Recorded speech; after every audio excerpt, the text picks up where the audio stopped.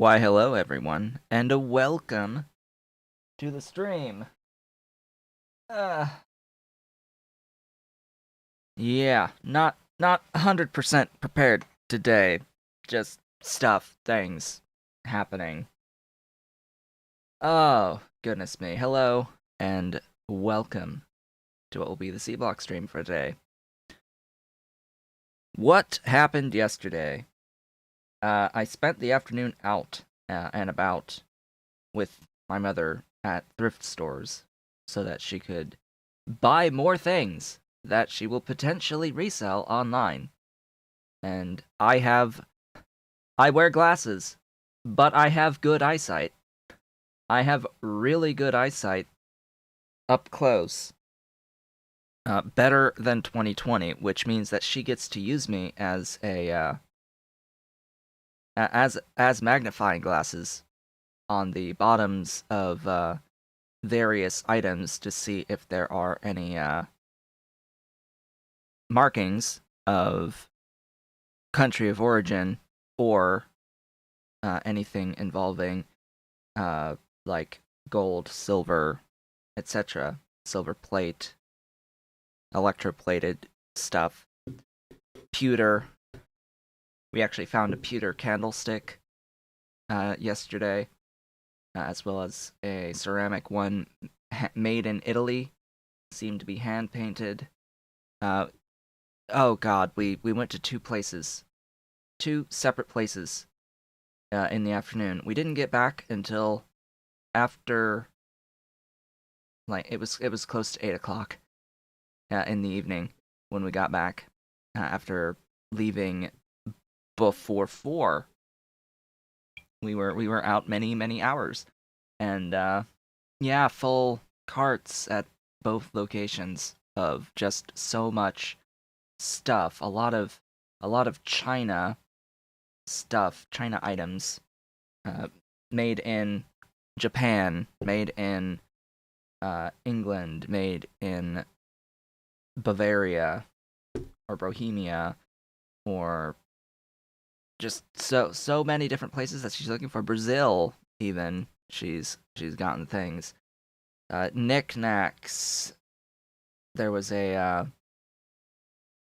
a snow globe with birds in it, a bird snow globe that is also one of those music box snow globes that we got, as well as another music box of birds, not a snow globe, but an actual just statuary music box with birds.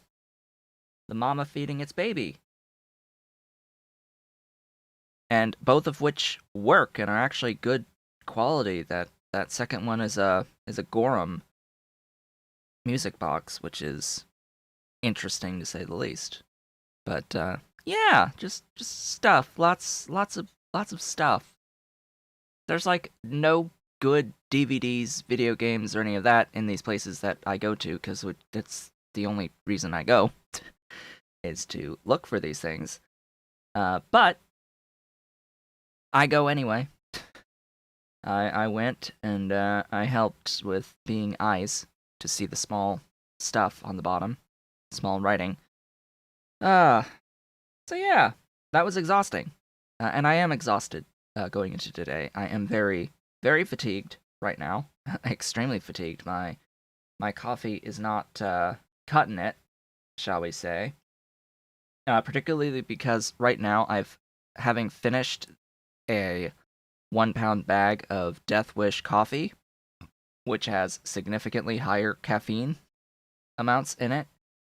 Switching back to Folgers Black Silk is giving me a bunch of, caffeine withdrawal side effects, including irritability and massive fatigue today in particular. Oh, goodness. And it doesn't help that I was up until nearly 2 a.m. finishing reading uh, Project Hail Mary.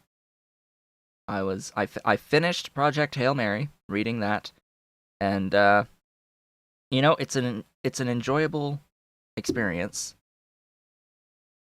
There really should have been an epilogue, like I had the same issue with The Martian as well. Like, there really should have been an epilogue at the end, but we got what we got. Hopefully that if they ever make a movie out of it, like they did with The Martian, we will get an actual epilogue. Because they weren't dumb when they made The Martian. They added an epilogue that was not in the book. I would like to see that in whatever they do for Project Hail Mary. And I would like to see it as a film eventually. I think it's good, but there's quite a lot of stretches of chance, shall we say. Like a lot of the science involved is good, but there were some stretches of probability regarding biology, specifically evolution, specifically artificial selection in evolution. There were some stretches of yeah, I'll leave it at stretches of probability for events to happen the way that they did, because it's not beyond the realm of possibility that the stuff that happens near the end of the book is plausible. It could happen. It's just incredibly unlikely to happen in that way as presented. But such is a book. Of course, the book's going to be about an interesting phenomenon that could happen. Anyway, that's that. I'm incredibly tired. I have the game up. But I'll mention yesterday we played No Man's Sky.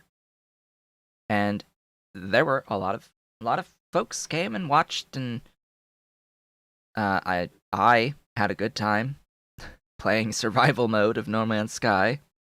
Let's see. And I have a poll going on right now asking if we want to replace Stardew Valley with No Man's Sky, if we want to continue with No Man's Sky on Wednesdays, or if we just want to move on with something different completely and leave everything else the same.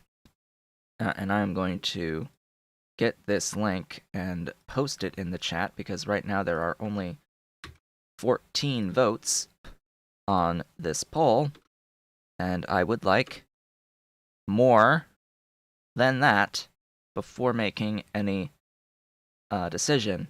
I will say, however, that currently it seems like folks would like me to do something else on Wednesdays, but would also like to see more No Man's Sky.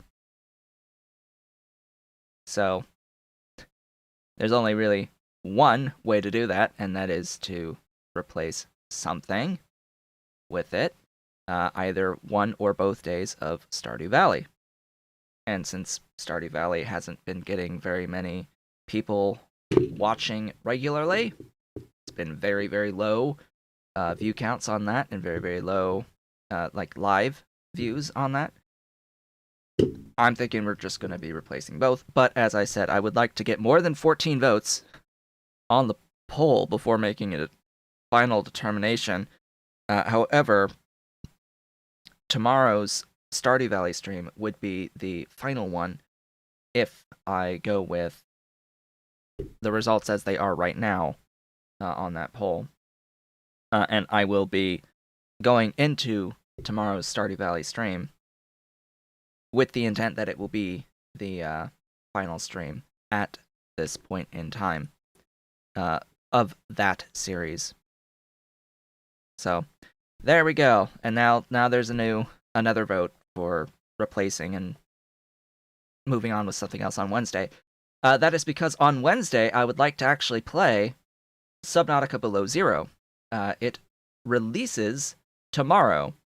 Officially, it is exiting early access tomorrow, which means that the game should be in a relatively complete state, quote unquote. hopefully it actually is in a complete state, and it's not like the base game Subnautica that had a whole bunch of bugs for a really long while after it released. Let's hope they don't have those bugs, which were very interesting bugs that basically ruined my entire experience with that game when I actually played through it to completion of the story the first time. Yeah, I had several issues with Subnautica in that I had a very hard time actually getting items placed inside of my submarine. They would get stuck in the world in set coordinates on the world rather than be attached to the actual vehicle. So I would move the vehicle, but the object would stay where it was, and it would catch on the model of the vehicle, preventing it from moving. And I wouldn't be able to move the vehicle until I figured out what thing that I put on a wall somewhere or tried to put on the ground was preventing my Cyclops from moving. And then, really late game, I would get my mech suit stuck in the ground in the alien structures that are supposed to be, like, not in water, like in open air. It would just get stuck on ramps. And I couldn't get back into it. I couldn't move from its position. I couldn't get it unstuck. I literally had to cheat in a whole new suit to complete the area because my suit got stuck on a ramp in a base at the bottom of the ocean. It was not a great experience. It was not a great experience that I had with Subnautica at the time that I played it to completion. So hopefully, Below Zero, which was gifted to me by a viewer, that we will likely play next Wednesday, will be a better experience. So there's that whole announcement and story regarding everything. There's also eventually the beta of Let's Build a Zoo that I'm very interested in and would like to play. And we'll see about streaming that content. It is open to stream.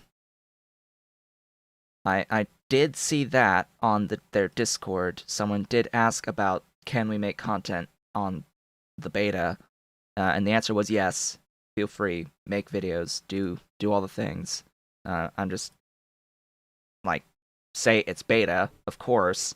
Of course, like, beta is going to be beta. There's going to be problems.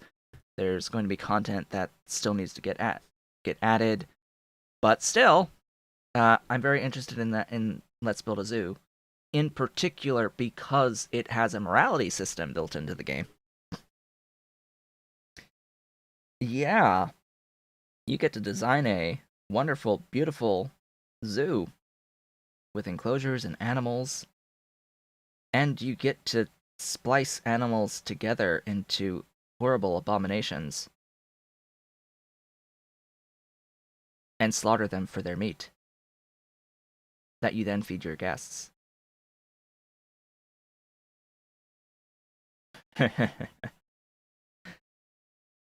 And slaughter them for their hides to make beautiful purses and luggage that you can then sell to your guests. It's going to be great.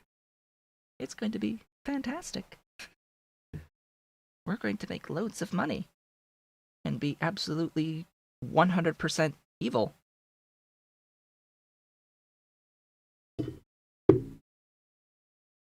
So, let's get into a not as evil game with Factorio.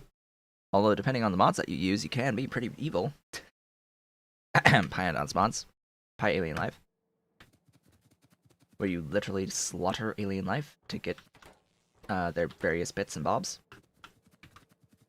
So, last time we met, For our Sea Block playthrough, I've been working towards getting into my blue science, which I can't really say is chemical science because we've got science cost tweaker enabled as part of Sea Block Pack, and it names it something else. It names it Unilivid Atomic Manipulators. Yeah, we're just gonna call it blue science. That's what its name is going to be until the end of time. I want vision of all of this because we are going to be continuing to build in here. Glorious, beautiful stuffs. Yeah, and we made one part for a part of this stuff. We made chemical laser flash fuel last time. That's it. Why was that the only thing that we did? Because it is an item that requires us to process natural gas. So it's really the first time we have to deal with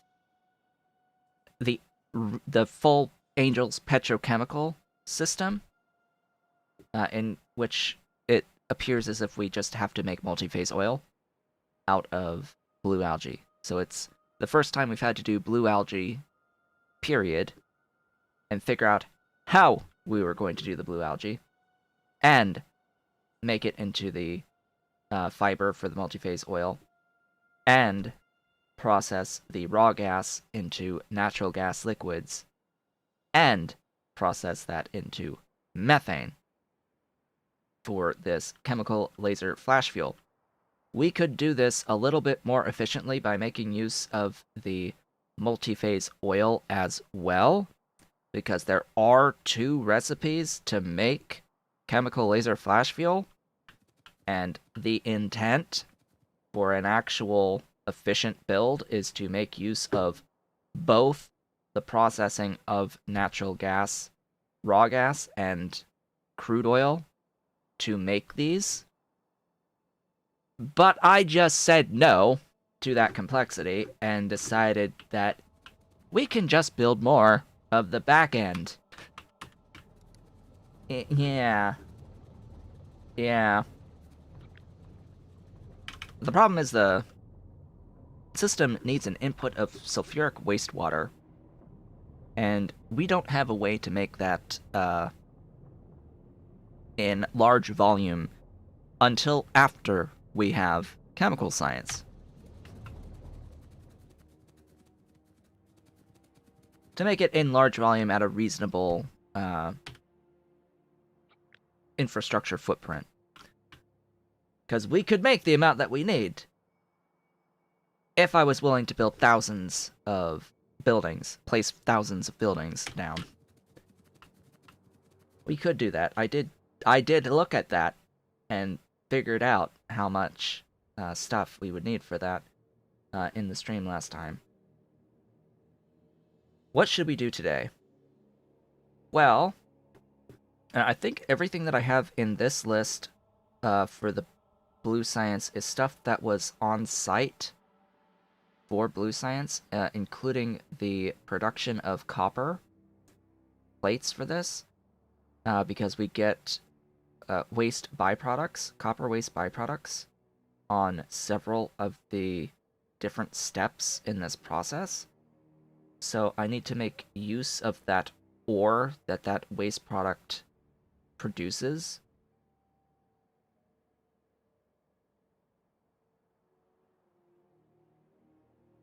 I mean, the alternative is to ship it to where I'm processing copper and prioritize its input, the input of that ore.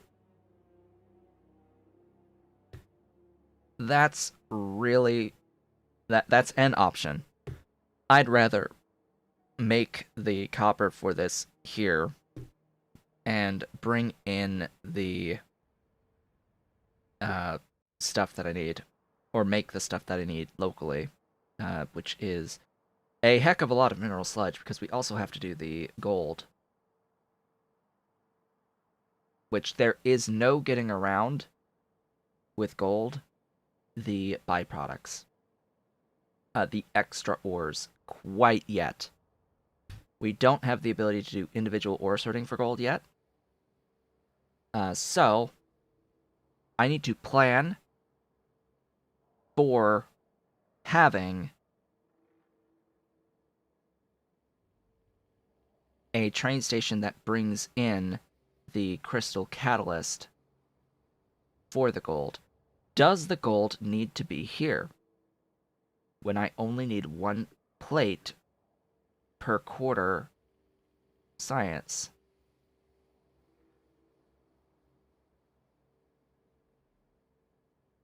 No. This does not need to be here.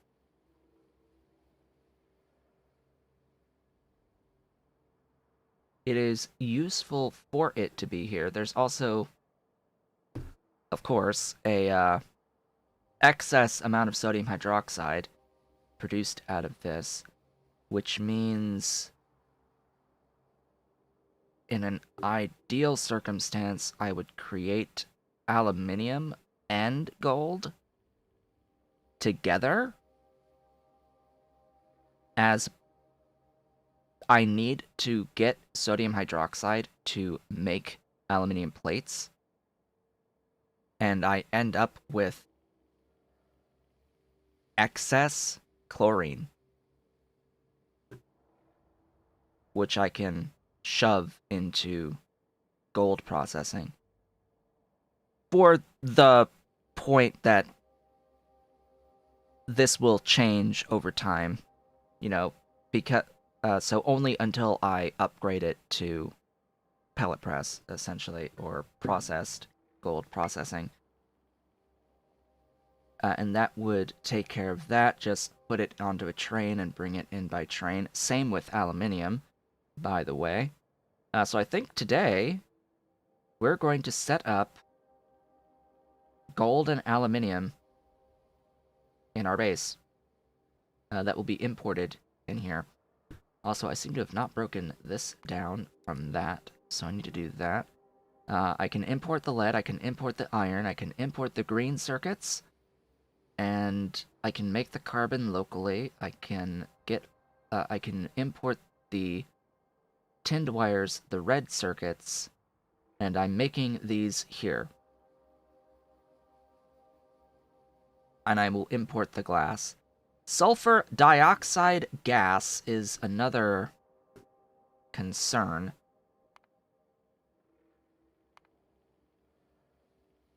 That's another point of concern, because that makes it a bit more difficult.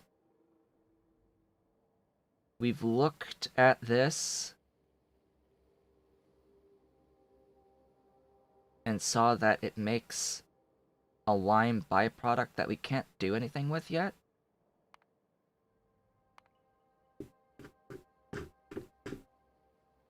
From the fluorite system. And it's also a perfect balance, so that I don't think works.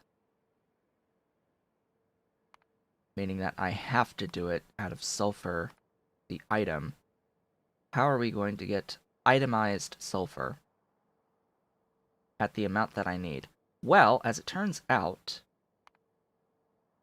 hydrogen sulfide can get made out of heavy mud water, which we can void, and we can make the mud into more mud water. I know I already have aluminium in the base. I'm making exactly as much as I need for my red circuits at my red circuits. I need a general purpose aluminium being provided onto my train network, and that's the thing that we're going to build. It is going to be basically a copy-paste of what I already have, except right next to it we're also going to have gold. And that's going to be provided onto the train network. So yes, to be very specific, I have aluminium already, and it is being used to make the red circuits. I have the red circuits already. Um, it's all part of the plan. I need a general purpose aluminium somewhere, being provided to the base, including my mall. That's going to make more than 2.5. It's probably going to make at least 5 to 10, maybe 15. I don't know. We'll see. We'll see how much mineral sludge I need. I absolutely have the crystal catalyst for it, though. Oh right, and it needs enough infrastructure for sludge to make the sulfuric wastewater, to make the sulfuric acid for the processing of the geodes in the flotation process, which I've got all of that already. It's just a copy paste. All right. So yeah, I can do this. This is very, very reasonable. I just need to get viscous mud water in.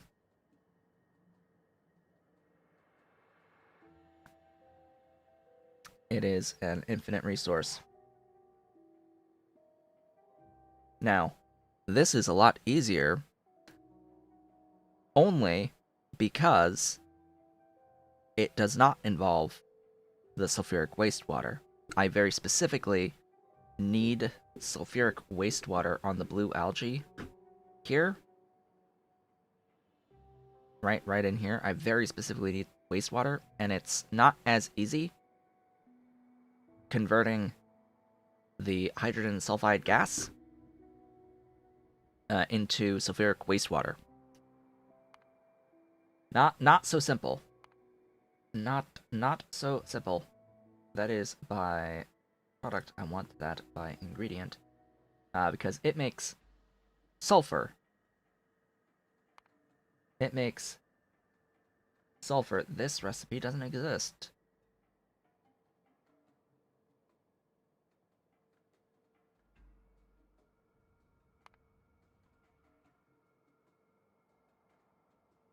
That's part of something else. This is what we have, and yeah, there's like no other thing to do with it. I would have to process sulfuric acid with like a sludge system to make the wastewater to use, and that would involve needing a lot of hydrogen sulfide gas overall.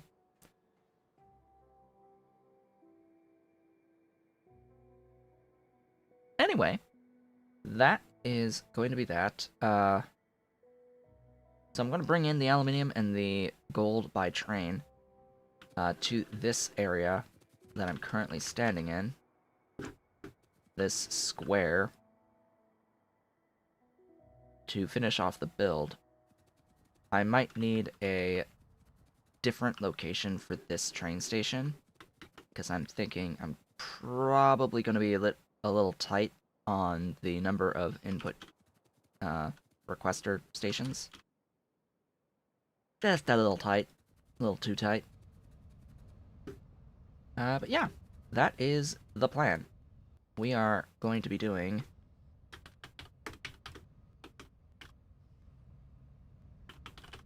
this. Where did I park? I parked all the way down here. For whatever reason.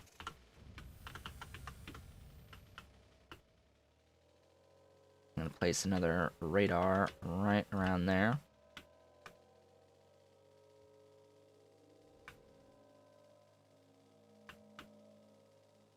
So the cats are around. We'll see if they decide to visit me. I hear an Ollie in my office. He's resting right now. And there's going to be excitement later on today with the cats, because we're going to be having a some pest control coming in to do some spraying along the walls later this afternoon.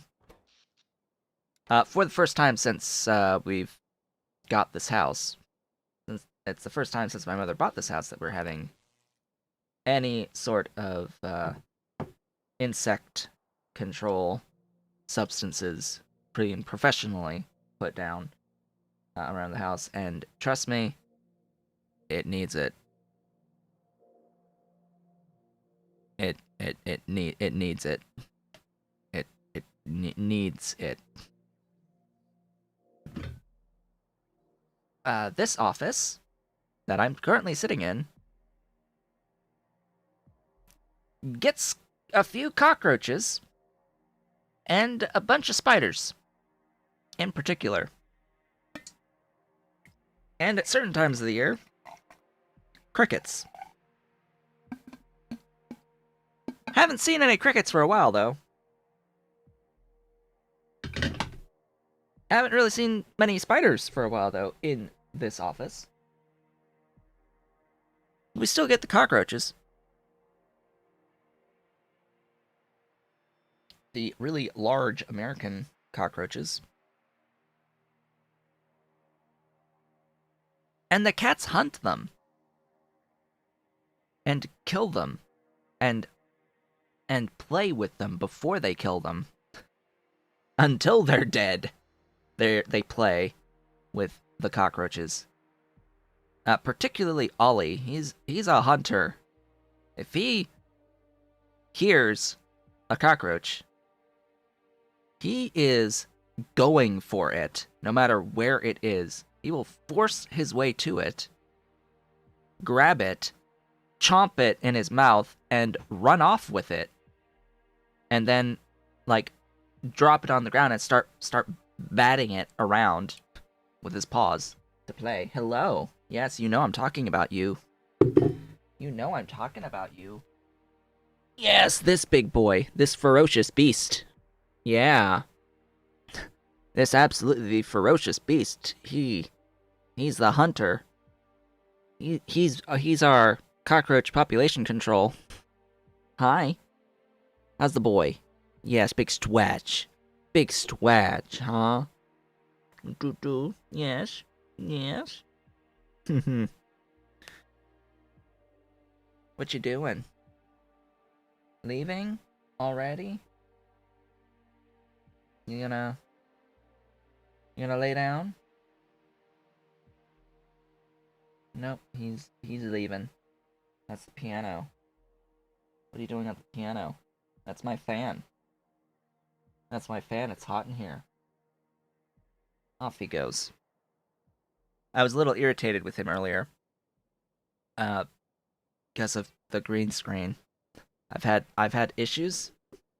This part of the tripod stand is busted on the bottom. The actual plastic that keeps the legs together broke on me. So it's just leaning up against my bookcase on this side right now. And it's very finicky. The other side needs a pretty exact placement to keep it steady without making it fall. But it doesn't help when the cat comes up and reaches up and stretches and claws into the thing and then pulls. That does not help at all. Cats do that as like a stress relief, relaxation thing. That's when they go to a wall and they rear up hind legs and just stretch themselves out against the wall. A, they want attention, but B, they are also relieving stress. And he does that to the green screen.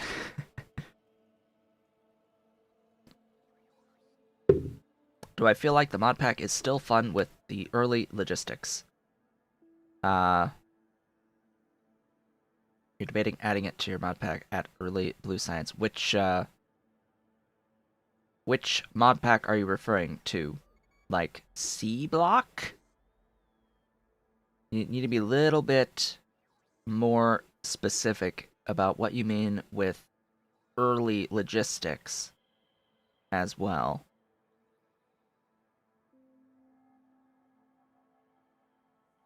What would you be adding at early blue science?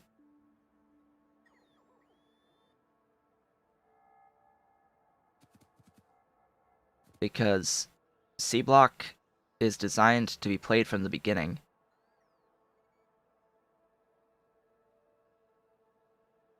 Oh, so you're talking specifically about adding Angels Industries. I would highly recommend having Angels Industries. Uh, you need to be careful to make sure that the alpha and beta features of Angels Industries are disabled beforehand. Because Angels Industries is a really major overhaul as part of its intent, and it does things to tech tree. It adds in an entire mechanic involving components, essentially, and all of that is still in testing. So I have all of that stuff off for this playthrough. There was some criticism about me just having it on in the first place, to which I said, nah, buddies. I don't have any of the overhaul stuff enabled. All it has is the logistics stuff, and that's what I wanted. All I wanted out of it was the logistics stuff, which is the crawler bots and their associated chests and Roboport stuff.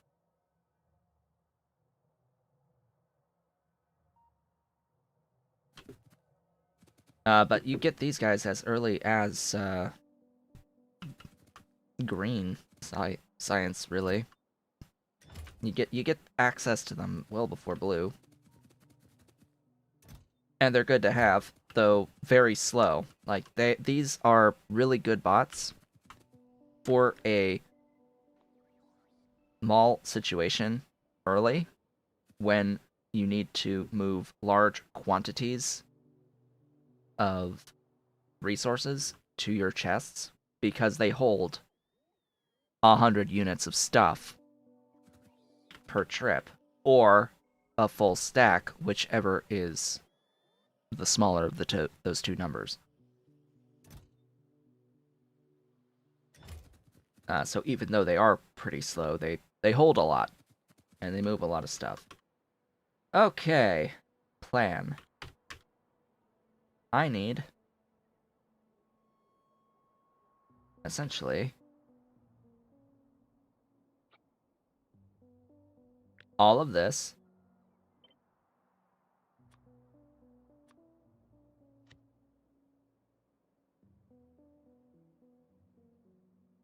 Did I get it? I think so. Oh, that's the Helmut Smart Tool. Yeah, so I need this. How much is this? I don't know.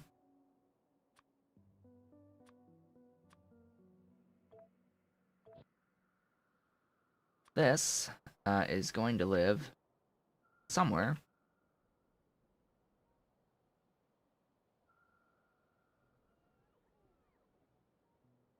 I'm finding not gold to be the biggest bottleneck, but sulfuric wastewater. Now that is a bottleneck. We'll build in this square just for convenience sake. I don't want to go out and expand over there. Let's put this right there. It didn't tell me that it didn't place, so I think it did. Vehicle. We need to go down there and see if my little blueprint did its thing. I could have built this better with this wood for the phenolic boards. I really could have done this, like, here. Like, here. And then had the entire bottom free for something else. But oh well. Ah yes, it placed. Now the fun part, which is actually getting all of the stuff placed. Figuring out what things I need from my mall and take several trips back to the mall to actually get everything for this. How much does this make again? Hold on. It makes 4.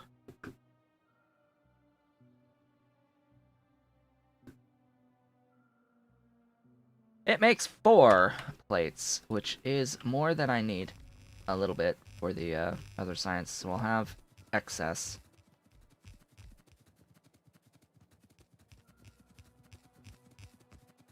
Yes, place the everything. I am out of pipe. I am out of inserters. I am out of belt. I am out of power poles. Definitely out of clarifiers. I need tons of those. I need more flotation cells, more ore sorting facilities, more casting machines, more chemical labs, more electrolyzers or chemical plants, I should say, more filtration units, just more. More. The good old MOAR. Do I need any of this stuff? I don't think so.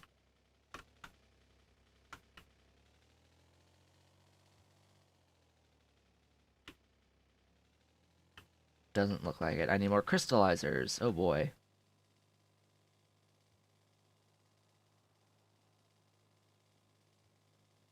But yeah, Angel's Industries is pretty good. I like it. I like the crawler bots. Having access to that to build a mall early. And I am using them just to be able to set up a logistic system that I will then upgrade with time in each of my little factory zones. Something else we figured out last time, as was pointed out in the chat, is that tinned wire coils are actually more efficient in terms of the amount of mineral sludge required through ferrous cupric mixture ore sorting than it is to get each one individually. The iron in the tin, the copper in the tin. More efficient through cupric mix. Only because this doesn't need mineral catalysts. You save the entire sludge cost of mineral catalysts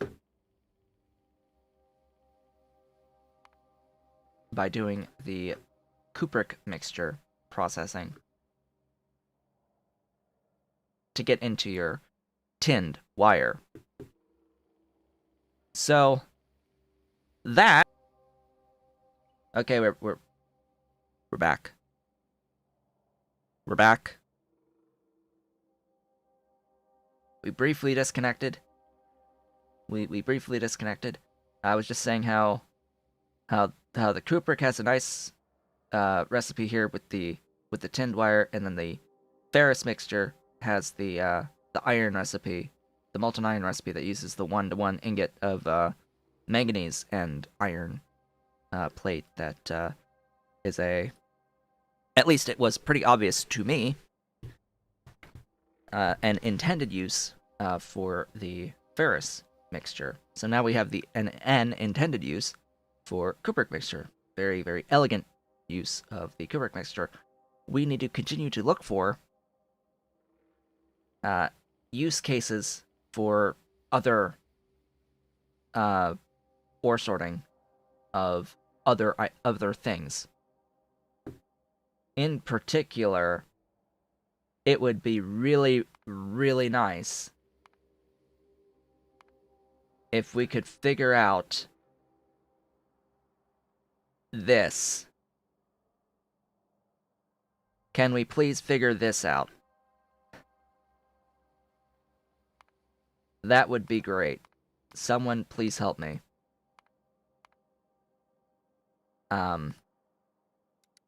Yeah. Because I need chrome for black circuits. I may need all 4 of these other items in black circuits. Or I may have a way of using all 4 of these other items in black circuits. I haven't looked at that yet. I'm going to look at that now, because I'm curious. I want to know. I want to know those most advanced circuits. These.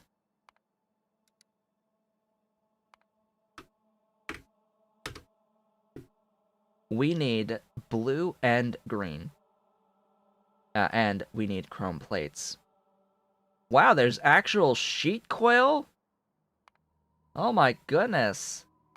There's coolant sheet coil recipe for the chrome. I am surprised that there's a coolant-based sheet chrome recipe. Why do you have to return the same item? Why do you loop the 2 items? Huh. Interesting. We throw in 24 oxide and 6 ingots to get 24 ingots and 6 oxide. Great. How do we make the oxide? How do we get the initial batch of ingots? I guess we have to do a different process to get the initial batch of ingots for this to do its thing. But this is pellet press processing, of course. The most advanced of the advanced to improve the overall output there. Ooh, a use for brown algae. Cool. Out of saline water. And then chrome, of course, comes from that and that alone. All of these things. Okay. Electronic processing boards. We're going to set up this with the matrix solver. That needs this stuff. Okay. So the ore types we're looking for are cobalt, nickel, manganese, and iron. Cobalt steel and Invar are 2 things that I'm looking out for, as well as, iron, just in general. That's going to be silicon, not, yeah,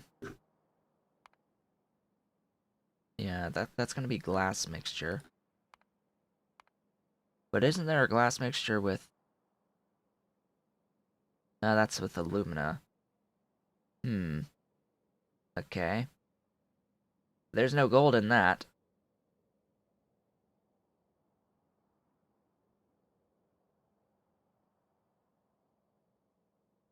Yeah, there are people who play with the editor mode. I do not like editor extensions as an implementation of a mod.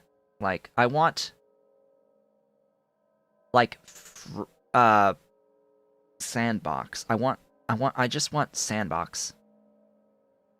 Right? Where all the things are unlocked and all the costs are free for all the buildings.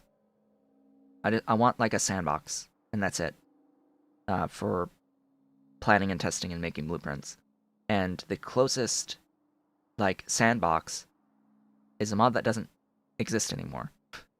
It makes me sad. It's a mod that was put into editor extensions, which is a worse mod than it was originally. I want that previous mod. I forget the name of it though. It gave like an infinity chest, and it gave various other thingies as part of it. But I don't like the map view. I don't like the built-in games editor mode. Period. I don't like the implementation of it at all. I want to stay in control of my character. I don't want a god mode view and have to finagle my way through menus in that way. It's very unintuitive. I don't like it. I want to build the way that I normally build, just with everything being free.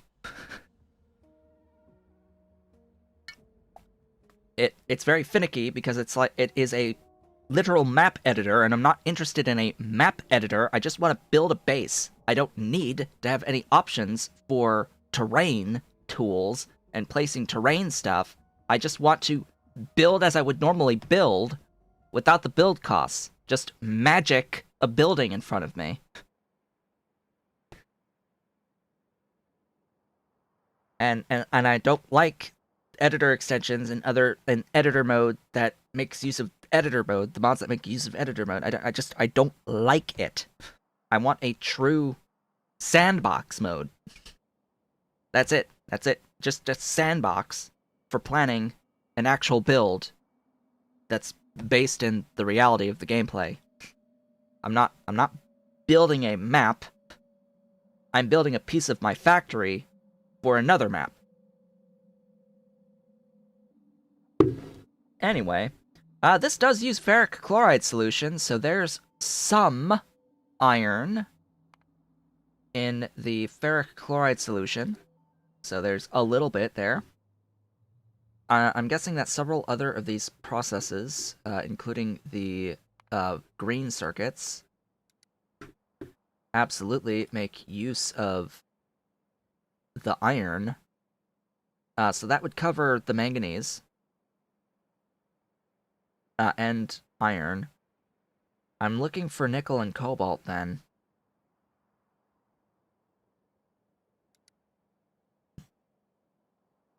Is there a steel recipe that uses cobalt?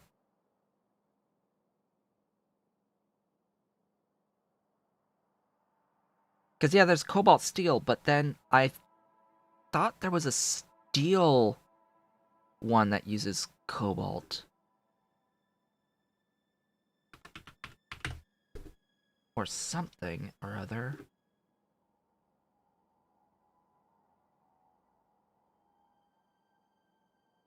There's one that uses chrome. I just have to laugh about. Yeah! Cobalt and nickel. 1-to-1. Huh! Interesting! Cobalt and nickel at 1-to-1. Hey, thank you for becoming an Erudite Otaku member of the channel. Thank you, Pi, PY, for becoming a member of the channel. Thank you very much for doing that. That would mean that, come on, update. Oh, did we lose someone just before?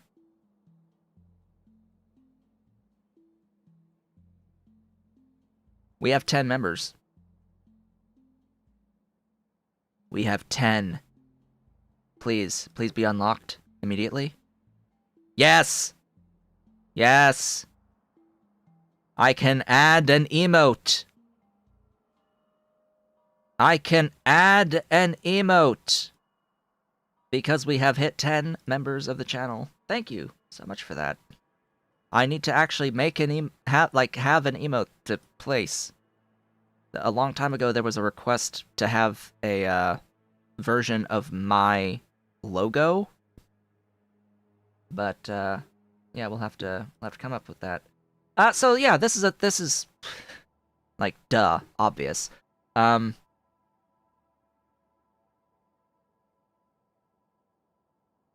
Essentially, all of these byproducts can end up as steel, and I'm willing to bet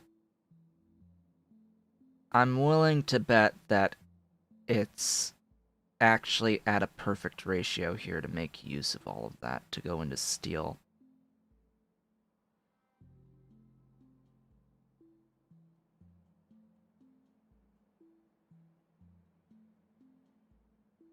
Yeah, I'm willing to bet on that. Let me look at this separately.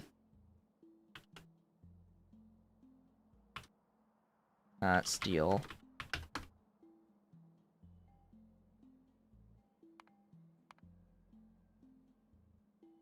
you.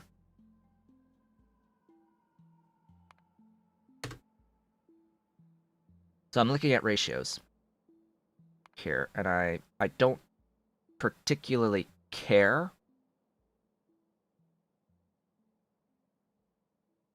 Huh? Oh. I don't particularly care about the efficiency of the process I'm using here, just as long as it's consistent. Um,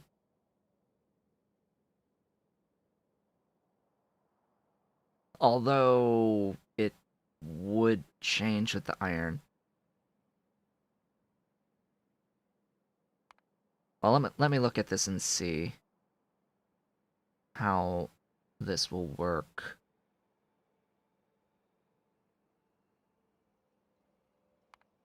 Oh yeah, trains fundamentally change how you play the game once you understand how to use them and how to build the train network. It's a fundamental shift in thinking, and it opens up a lot of options. There's a lot of choices that you'll have to make when you design your train bases. There's always the perpetual issue of, do you do a distributed system or a concentrated system? Do you make everything that you need for an item in one location, or do you split as much as possible into several locations and have everything on trains? Do you try to reduce the number of trains that are operating in your network, or do you maximize the number of trains running on your network? All decisions they need to make, and there is no wrong answer. Is the other important thing to note. There is no wrong answer. I do both. And I change my mind on the fly about what I'm doing.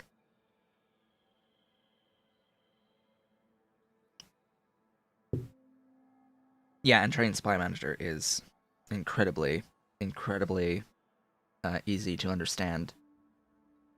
That helps a bit. By comparison, it's very easy to understand, in particular because it doesn't care what the resources are that you're moving. LTN cares about the resources that you're moving. It is very specific. It needs to know what's in a train, in any particular train. Whereas Train Supply Manager, it doesn't care. It really doesn't care. And you get performance gains because of that by comparison to LTN. LTN in a megabase is going to be a real resource hog, and will definitely impact the performance of the game significantly because of the scripting involved in LTN. Train Supply Manager is very scalable, and has a very low impact on game performance.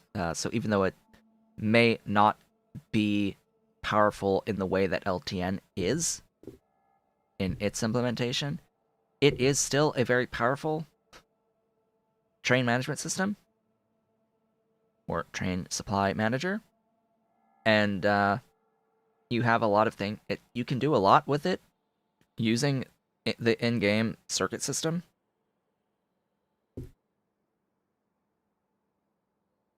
And it doesn't have that major performance penalty to use it.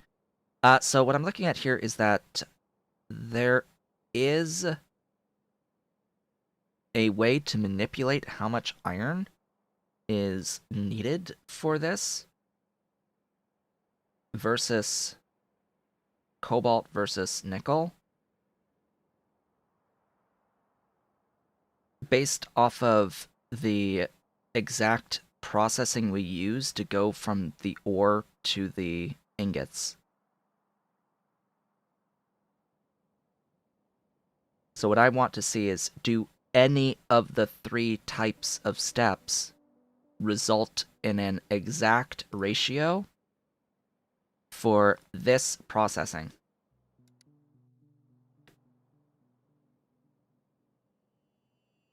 I will also note that this does not use manganese for this particular set.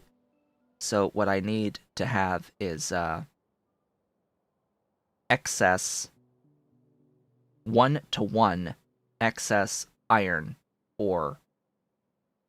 Okay, that's what we're That's what we're looking at, is I need to have 3.34 iron ore coming out of this to match the manganese.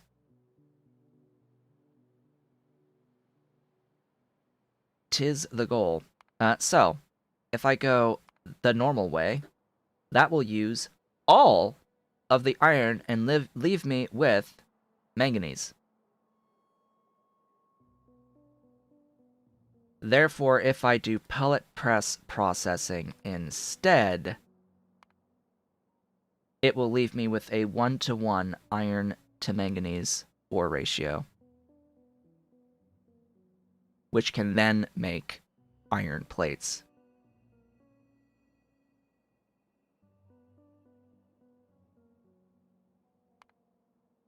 Well, it can make iron plates through,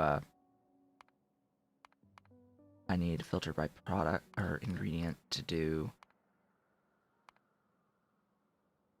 not that, but to do, so it would produce more ingots here, and I would do the pellet press manganese as well, and then it would end up with that process.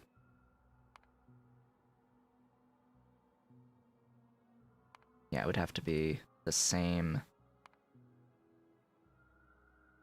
general process. This is a loop.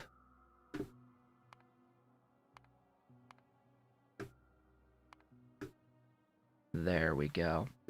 Why, you're on Matrix, go. Be the Matrix. And shove that to the bottom, just in case. Why do you not use the thing? Because I haven't told it how much of this I want. Duh.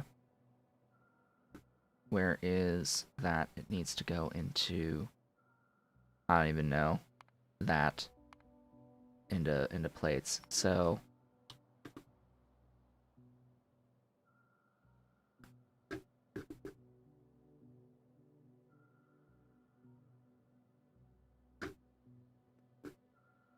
this is just order of operations. Down.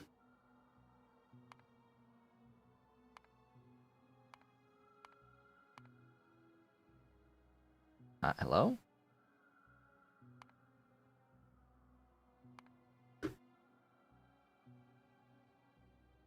Yeah, this is gonna... It's gonna get confused because of, all the iron that's here.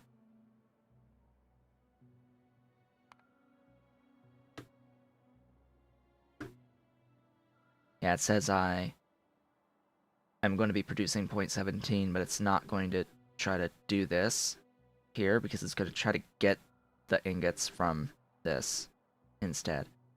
So I'd have to separate the doohickey entirely.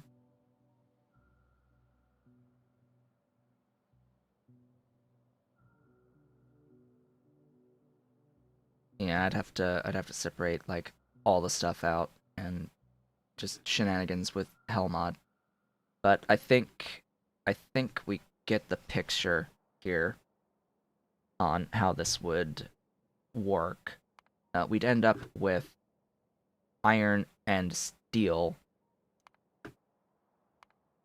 The question is, in the production of in the production of the stuff, why do you not match anymore?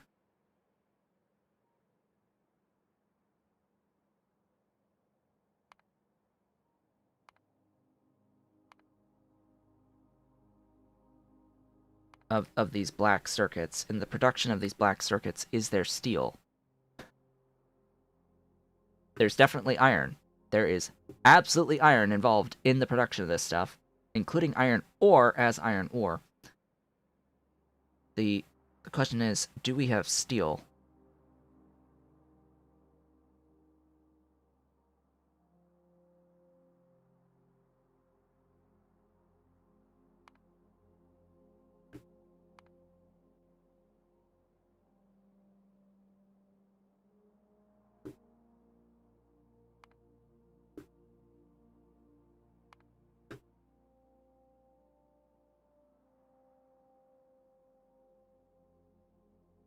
We have a lot of gold.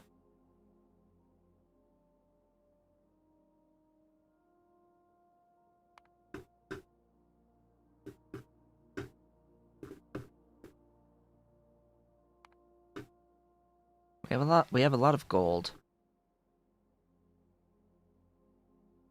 We have nitric acid. But I haven't looked at the blue circuits yet.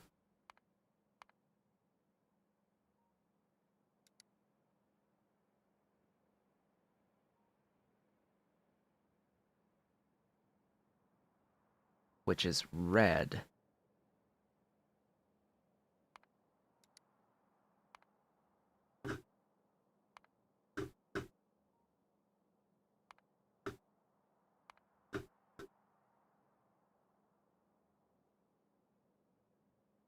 That's a lot of iron and ferric chloride.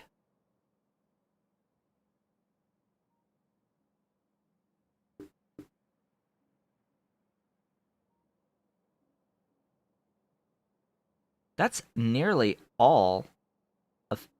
That's leaving me with 4.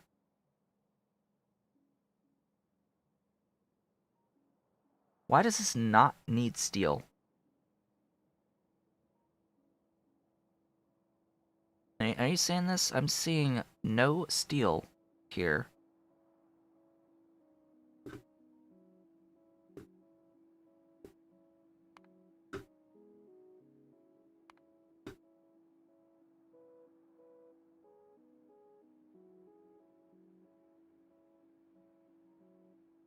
Also, can I point out that this is using 48 aluminium plates to make one of these circuits per second? Can I just point out a fairly obvious thing that this is taking 48 to 1 on these aluminium plates, and 54 copper, 30 gold, 24 titanium. There's 136 wafers here. Like, what? Lots of solder. Is there a... No, there's no like steel solder. That's...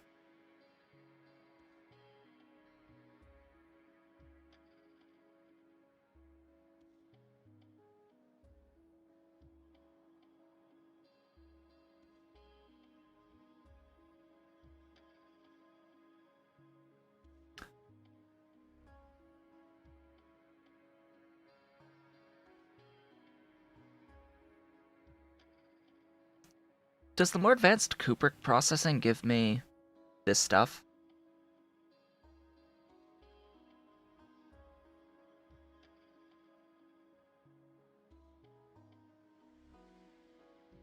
This looks familiar to me, this stuff. But yeah, so... I'm unfortunately not seeing steel. However, steel being steel, it's a good way to get rid of the excess stuff here. I still think steel is the answer to the chrome problem.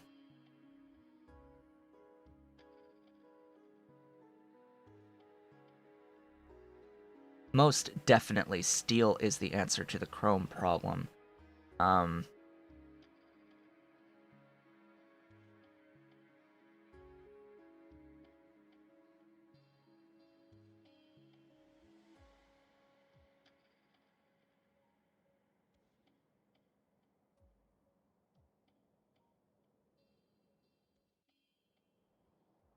It's just a shame that the steel isn't being used directly in the production of these circuits, which is the use of the chrome.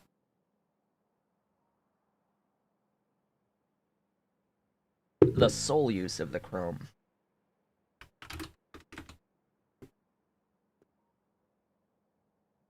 As plates, anyway. The sole use of the chrome as plates, I'll make clear. 'Cause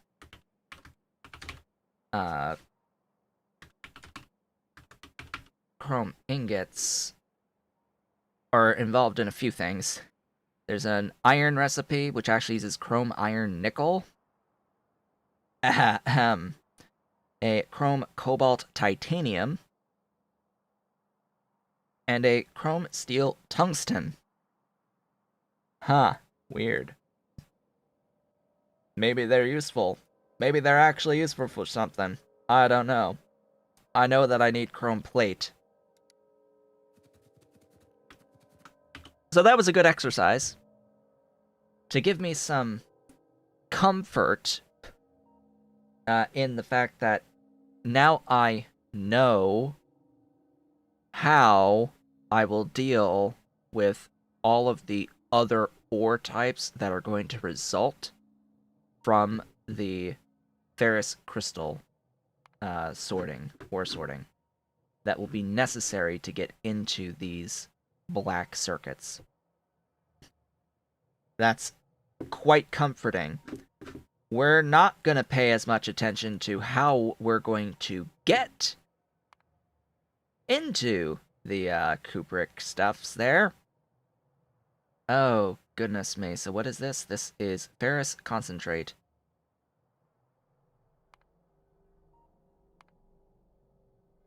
Yeah, that's, yeah, that's stuff. Oh, that is definitely stuff. Now that sucks.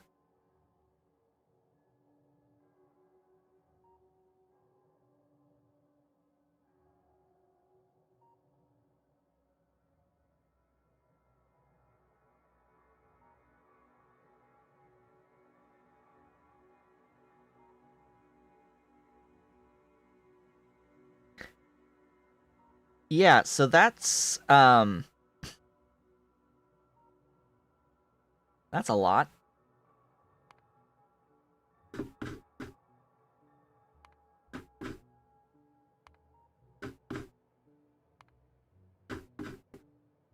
Yes, the milling drums need lubricant to refresh themselves.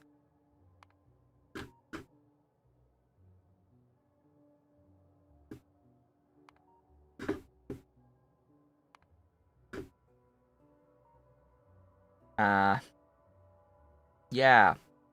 So, just, out of curiosity.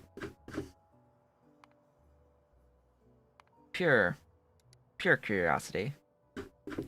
How much mineral sludge would I need?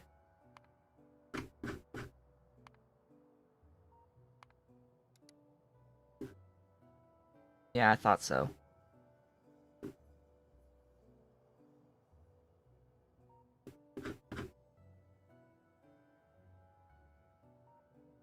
One APU.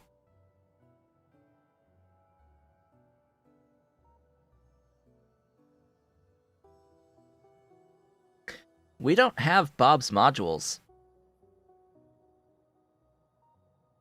Correction, we don't have level 8 Bob's modules.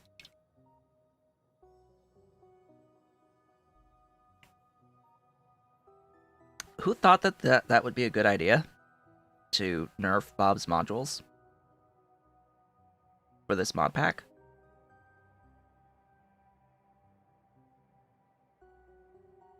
Whoever came up with the idea for circuit processing was absolutely insane. Hello, Ave. Welcome. I'm procrastinating my actual build today for aluminium and gold. I'm procrastinating on making the gold. And I was curious about the chrome problem. I wanted to find my solution to the chrome issue. As in, what the hell do we do with all of the other ore products from the cupric crystal ore sorting? Right? Because cupric or blah, not cupric, ferrous crystal ore sorting, excuse me. Get the right terminology here. The ferrous crystal ore sorting will leave us with cobalt, nickel, manganese, and iron. As it turns out, in a pretty good ratio to make steel in 2 different ways. With 2 recipes. As it turns out, steel has a recipe that uses 1-to-1 cobalt and nickel.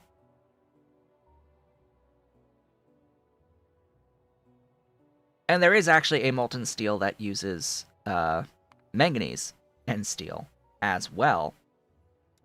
So, yeah. We could do that. We could do that.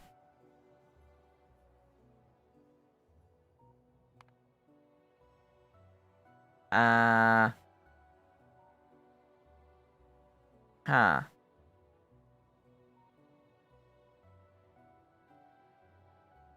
That is...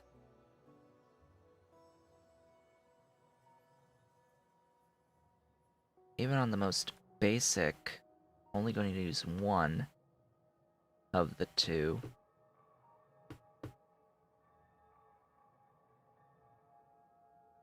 So it needs an extra iron. So what? So what? It needs an extra iron.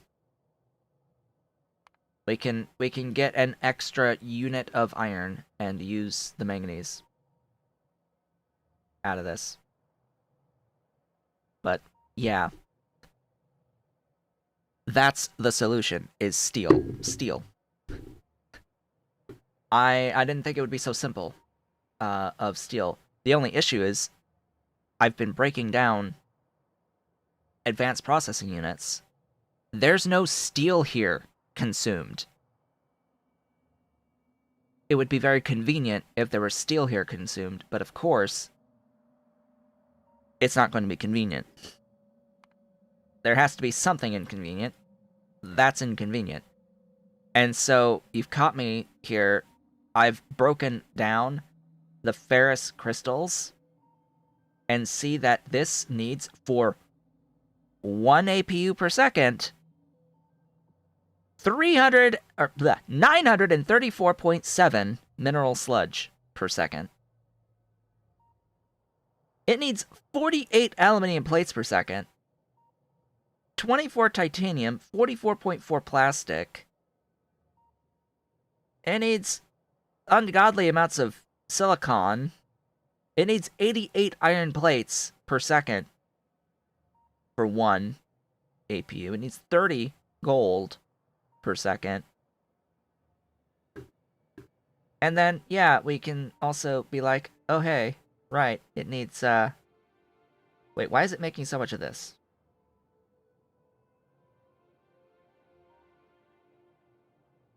Oh. Things are a little bit, okay, I need a product there. Okay. That helped a little on that, on something, I hope. There you go. That's more accurate value. 4.38 chrome.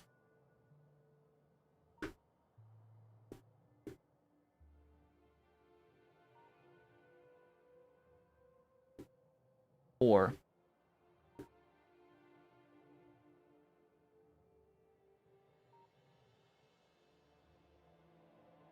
that 4.38 chrome ore needs nearly 40 ferrous crystals. Which, yeah, that's a lot. And I was saying how it's highly inconvenient that the circuit processing mod, the mod that gives us this problem in the first place, also modifies Bob's modules to cap at a level 3, and it puts in a level 0. So it's 0, 1, 2, and 3. And they all have drawback. And they're nowhere near as powerful as the level 8 modules. From Bob's modules. And they cost as much as the level 8 modules.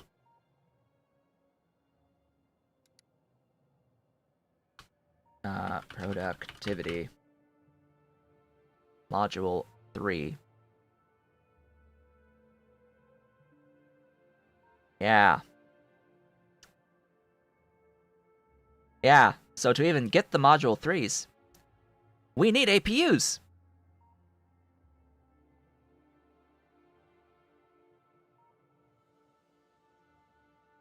And it's the harnesses that use the, Wait. Wait a minute. Wait a minute. What? Wait, what? What? Hold up. Do you see what I see here? Do you see what I see? More specifically, do you see what I don't see here?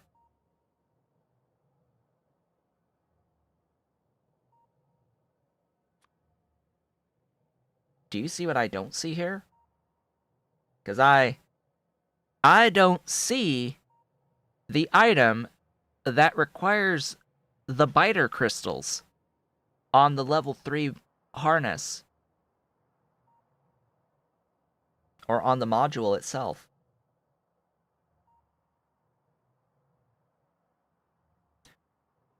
We got thrown a bone to make the level 3 modules. We still need to do the biter stuff to make the level 2s. That's the processor boards. We still need the crystal. Polished red, which comes from this guy. The raw crystal from the big zoos. So we still need to do that, but they're not going to get consumed at the level 3s. They're going to get consumed at the level 2s.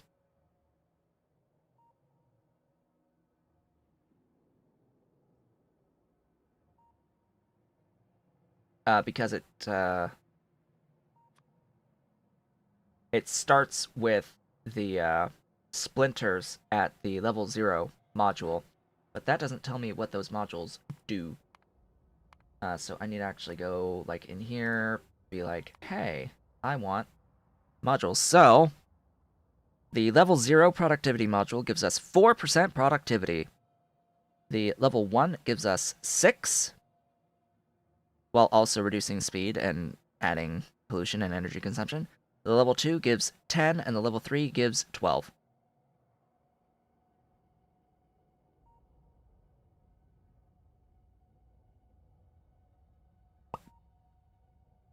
Yup.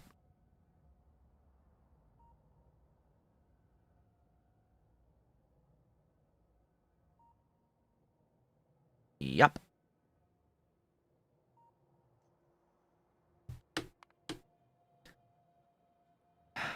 So, we can get 6 of those, potentially, after having already made an initial batch to make them in the first place.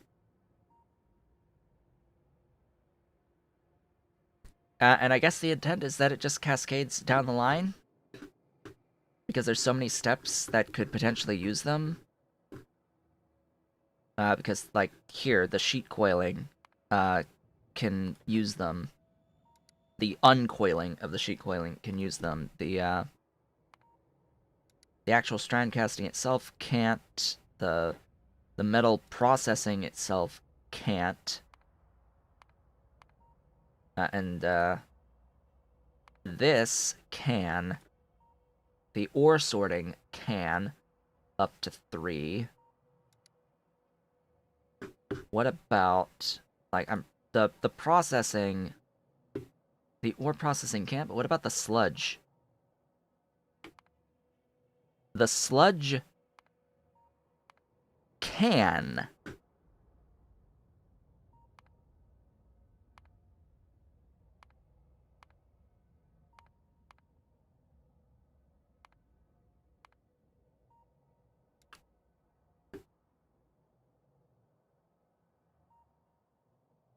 the sludge can't. So, uh, nearly cut in half with the existing modules. You don't get productivity out of any of these other steps, but you can absolutely get it out of the production of the ore in the first place, as well as the ore sorting. What about you? No. You, no. You, no. You, no. No, no. No, no.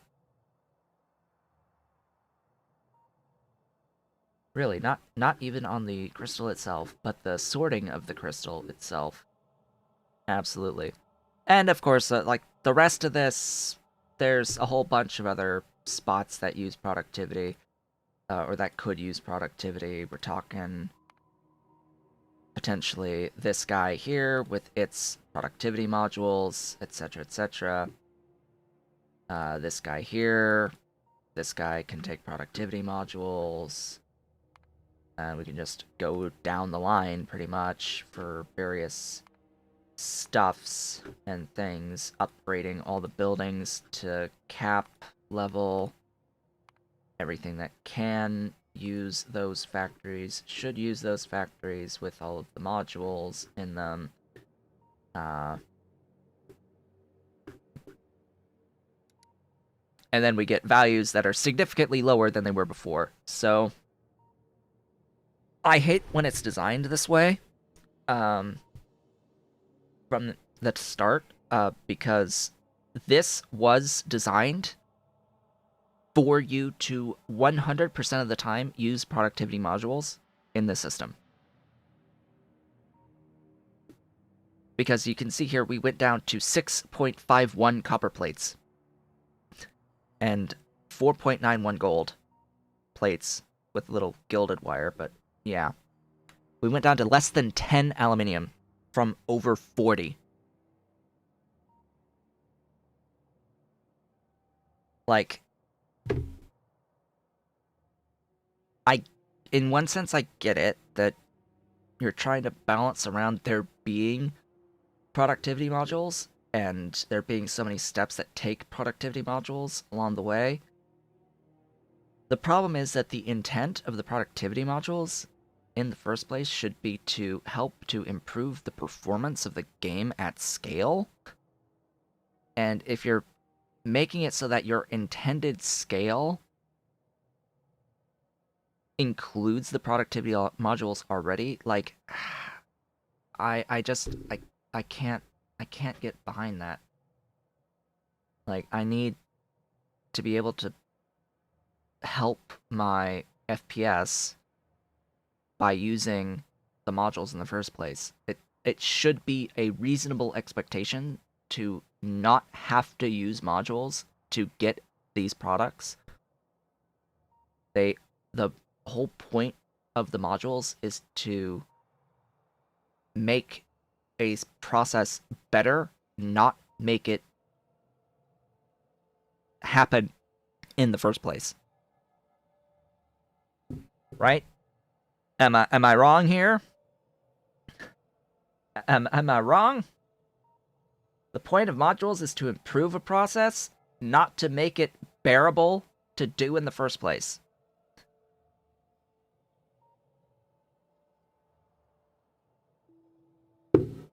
So I fundamentally disagree with this design, and how this is implemented in this way. Because this is reasonable values for making this circuit. Semi-reasonable values for making this circuit. There's a few things that are a little bit high to my eyes, but that's after using the max available modules for productivity in the entire thing.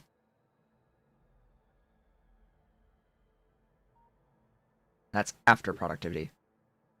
These should be the numbers before productivity, to be completely honest. The difficulty in making this advanced processing unit comes from the actual number of ingredients required, the various different types, the number of types of ingredients required. and the steps involved in the process. The difficulty is not the volume of each individual ingredient required. At least it should not be. And yet it is in the design of this in the first place. This should be baseline and get improved with productivity from here. Or at least somewhere in between what it is now without productivity and what it is here with level 3. It needs to get reduced on the ingredient cost here. Just it's too expensive. It is way too expensive. Because the scale involved here to get this far is insane. And there is definitely a performance penalty to that. But we've reached the halfway point in today's stream. I have built basically nothing in this hour and a half that we've been together today. I'm going to take a break, and when I get back, we are going to go directly into actually building. Okay, we will work on our gold and aluminium stuff, and I'll be back shortly.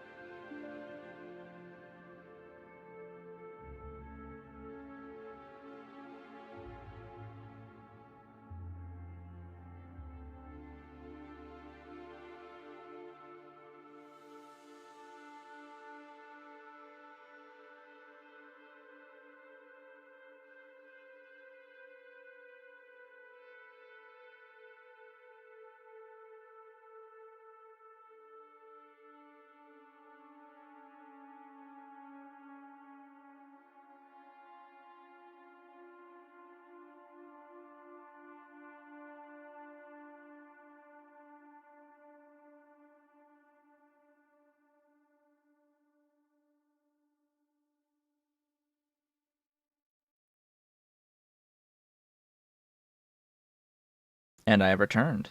Welcome back. Let's actually build something. Now that I've gone through all of this shenaniganry to satisfy my curiosity, what started as curiosity in how to deal with the excess stuff from the chrome production, and then evolved into, wait, just how much stuff do I actually need for the black circuits for my APUs. How much stuff do we really need for the APUs?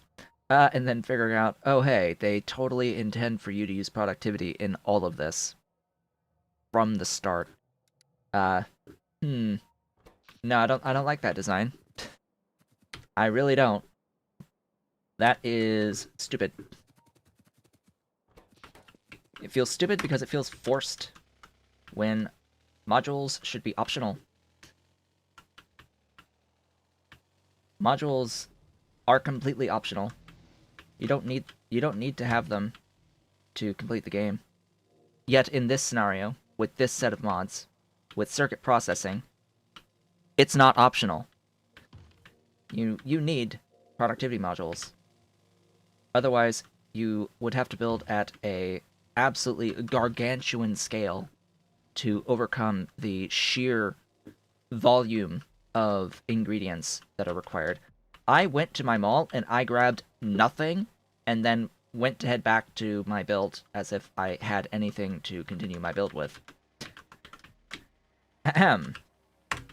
Normal things. This is known as a state of normalcy. Let's see, what else? What do I need? What do I need? Lots. All of the everything. Oh yeah, I need those, I need those, I need... I don't know.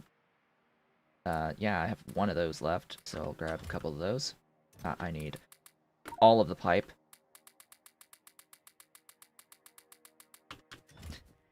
I need a little bit of pipe. Just a little bit of pipe. 1,000? Probably not quite 1,000. We'll go with 800. I need these, I think. Nope, apparently not. I need... do I need more of these? Nope, but I'll top up my stack. I need clarifiers. I need all of my clarifiers. I should, buffer more of those.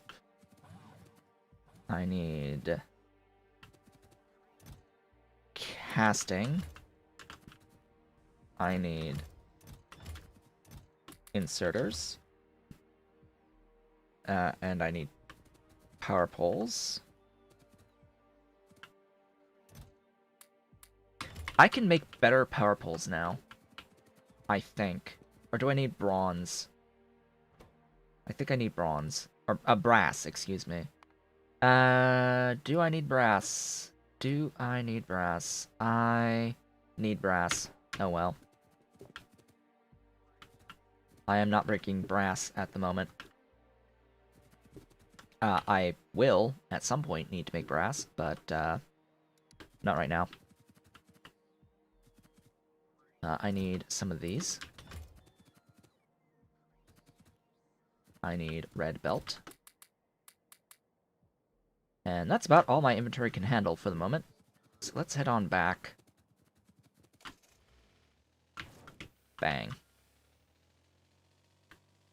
And how much, okay, I have 2 whole nanobots left from the inventory. So what I've got is what I've got.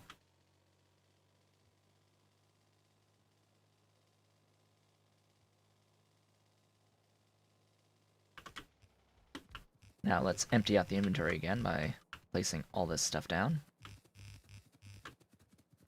Yes, build! Build! Build for me, my minions! Oh, I didn't grab chem plants. And I'm out of nanobot ammo. Well, that was quick.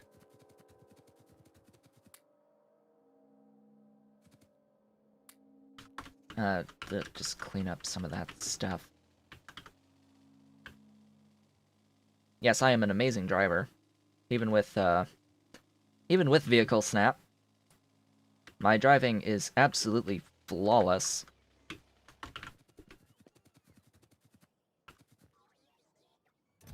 Give me those. And give me some nano ammo. Do I need anything more? Yeah, probably even more power poles. How are... Oh. You know, it's a little hard to tell. But I'm pretty sure that that includes more electrolyzers. Fewer... More than 9? No, there's like 3. 3 missing electrolyzers there. Chem plants, clarifiers, pipes, crystallizers, and filtration units. And then I've got the flotation cells, the ore sorting facility. What is that? Another clarifier. Yeah, so I think I'm good. Get in the vehicle.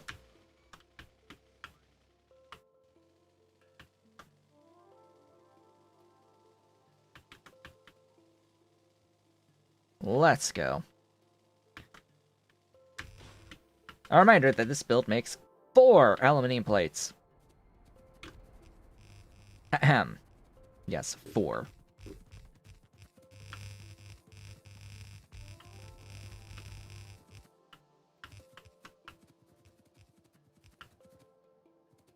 And, what's all this belt do? Oh, I need a, I need 1 powder mixer. We need a 1 powder mixer. And then we're good. So let's restock with more belt.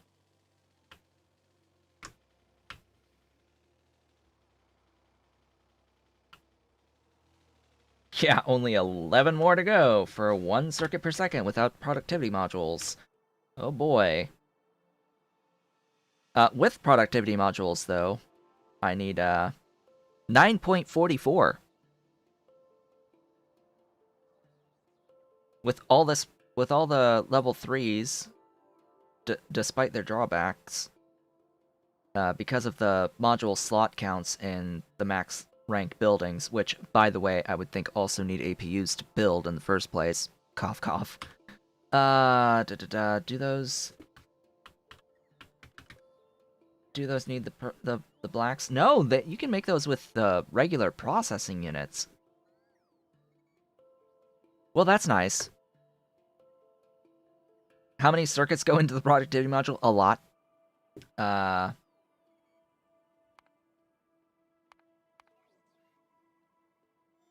Module.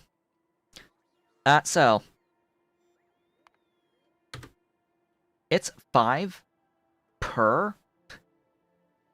And there's a cascade, right? Because you need greens, reds, and blues to make blacks.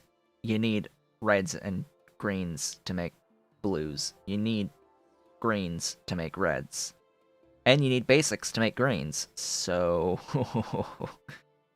yeah. And you can't use productivity on these guys. No productivity on the making of the modules themselves. And I'm ignoring the gemstones as well. That ignores the gemstones, and then, oh. That's actually a better ratio than I was anticipating.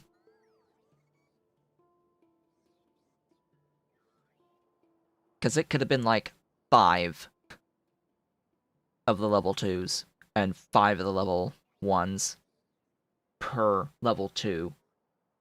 That's actually a decent scaling. I'm shocked.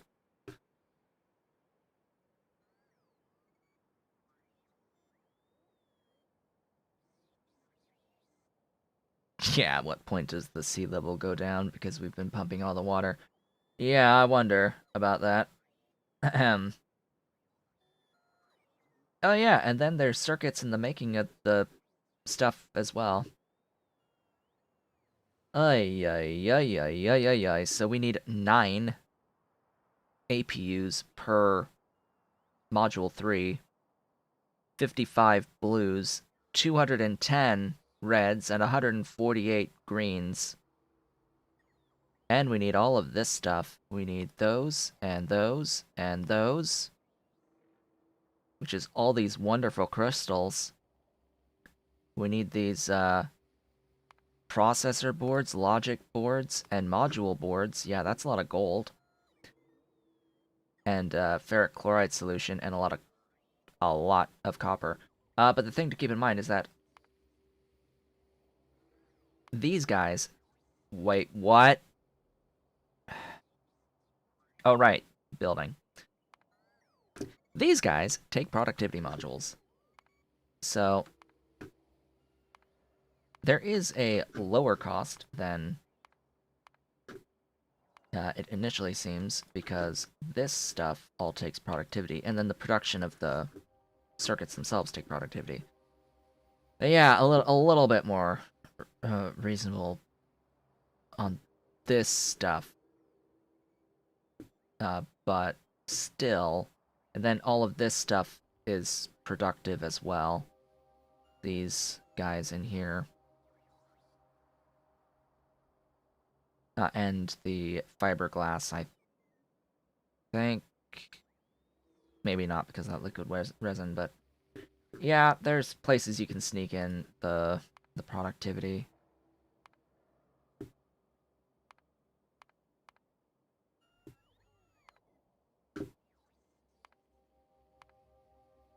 Why did you get rid of productivity? Productivity, come back! Come back to me! Come back to me everywhere you can. Yeah. It's a few units of stuff. Just to get 1 per second of the module 3. Chances are we'd get like 0.1, but still pretty high on that transistors count in particular. But not too bad when you add in the productivity for those transistors on the actual material costs involved. Anyway, building. We need to build. We came here to restock on some of this and to get a singular powder mixer. Where are those? Here. I need 1. One of your finest powder mixers. Ahem. That was close.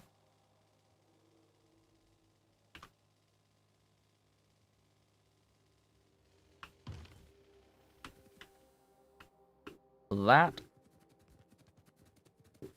was scary.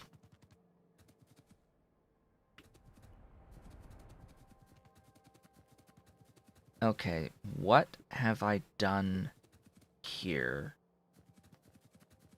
Where in the hell do you go?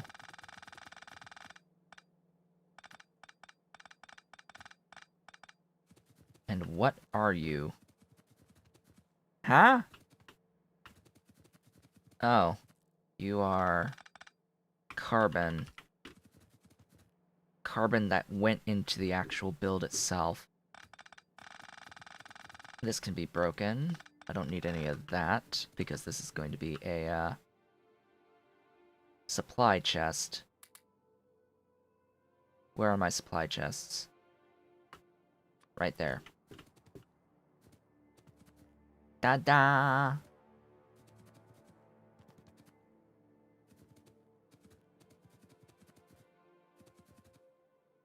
Okay, that's gonna be that in... What is this? This is sludge. Okay. How did I not get that? Huh? How did I not copy that?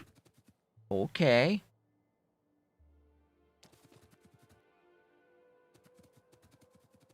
What did I need the salt water for? Hello? Salt water? Oh, it's for the... Huh? I didn't get that? Really? Okay, I didn't actually end up with the entire thing pasted. You know, the most important part, which is the sodium hydroxide. And of course, that part is in the fog.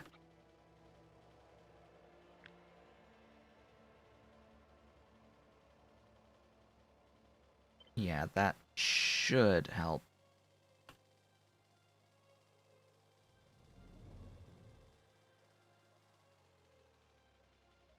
What time factor can my computer support now with all that, all those circuits for all those things? Yeah. Uh, it can do the 2x. We shall see about the 15 that will need. Oh yeah, iron. Hey, we're making sodium hydroxide. We're also venting the chlorine on a thing that disables when we've obtained a bunch of sodium hydroxide. Now we get to be funny. That will have to go. That will come out and overflow. Vent. Now we have a chlorine.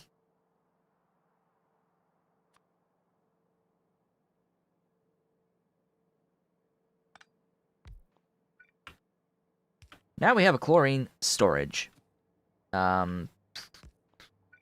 Now we have a better chlorine storage.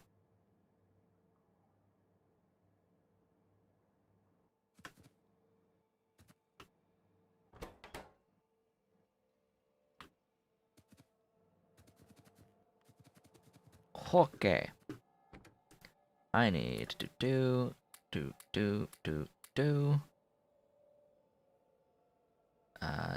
Da.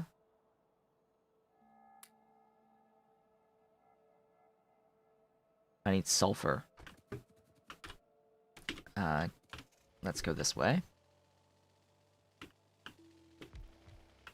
Ah, good. Those are required. Yeah, there's 4 things I need to get the mineral sludge started. It's a little insane. I need the filter frames, I need the electrodes, the electrolysis electrodes, and I need the charcoal, and I need sulfur to get this going.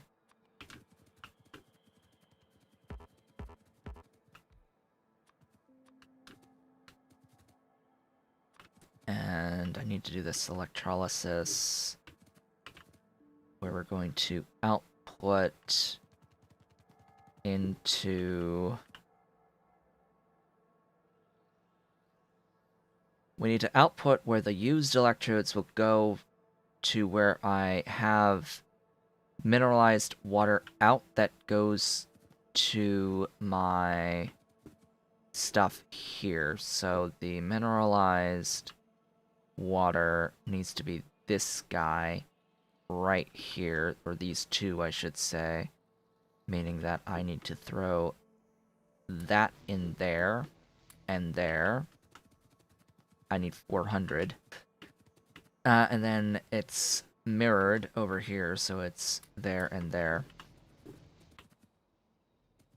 And then we need our filter frames in there and in there. And then I need charcoal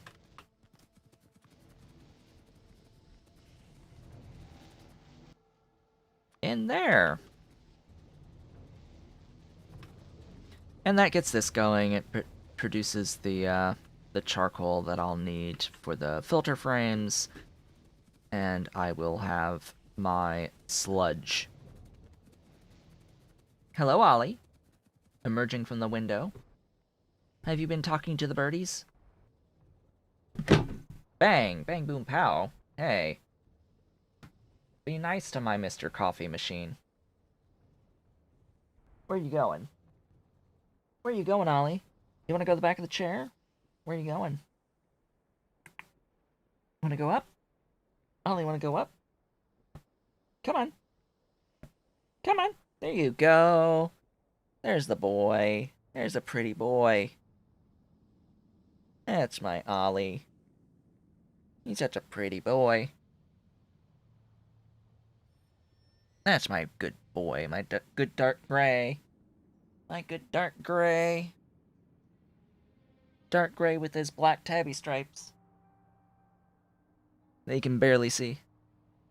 Probably can't even see the stripes on, Yeah, that's my hair that you're sniffing. You probably can't even see his stripes with my camera settings, but they're there, trust me. They're there, they're on his thighs and on his tail that I can see normally. And on his forehead, he does have the tabby M. Just like his sister does. Except she's a lot easier to see with her black tabby stripes because she's a much lighter coat. And long hair, but yeah, point being. She's got white and gray, lighter gray, and a little bit of brown. She's got several colors. Ollie got the dark grays. Yes. Yes, that's your rear end on my shoulder. Hi. Yes, my baby. Yes, you relax.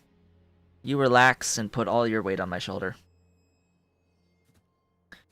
Why are we not moving?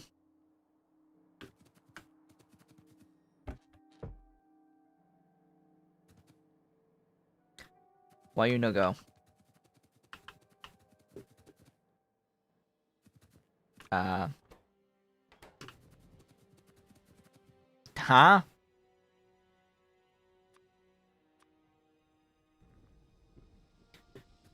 Apparently I didn't put enough in.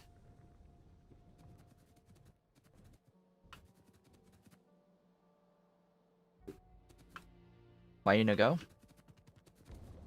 Oh! Well, that would help. That would help for you. I don't know about this one, though.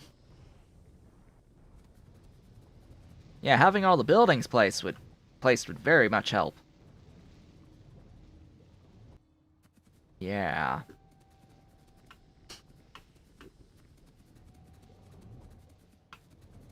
Though, how you went through all of your fuel charcoal without replacing it is a little iffy.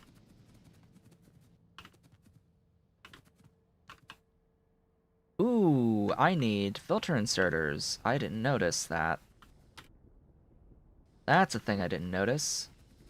I need my filter stacks. Let's get those. That's also rather important for the continuation of the production. Note that I am making more than I need of the sludge so that I can have enough sulfuric wastewater left over to void the byproduct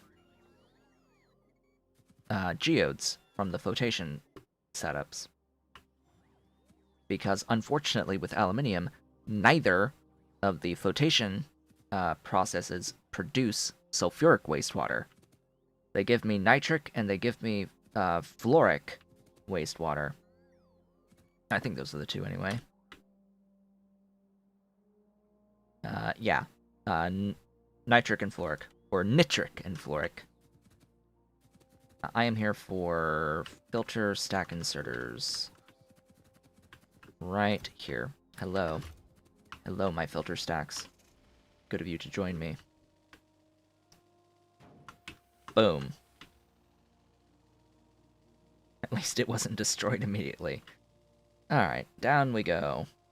How is my power doing, by the way? Are we at 400 yet? Not quite. Not even close. Bang. We're in the 330s. Soon. Soon we'll get many, many, many more. So yeah, it would help if you could, actually output things. Same with this guy, if any of these are needed. Looks like we are all good now, which means that this is getting its mineralized water, it's producing its algae, the algae is getting processed, we are making our wood blocks, our wood bricks, and we are getting charcoal. And that is being delivered to you to make our sludge. Glorious. Absolutely glorious. And yeah, that would explain why this wasn't moving either, because I needed more filter stacks. And I just need to add crystal catalysts, which it looks like that's this belt line, but that will completely depend on where my train station lives in the grand scheme. Ollie, that rear end needs to adjust a little bit for me. You need to you've got all your weight. Hey. Yes, there's the tail. Hi. You've got all your weight on my shoulder. On the heavy end. If you don't have cats, if you never had a cat, A, what the hell are you doing with your life? But B, they're rear end heavy. They have more muscle mass in their hind legs than they do on their forelegs. That's what makes them really good jumpers.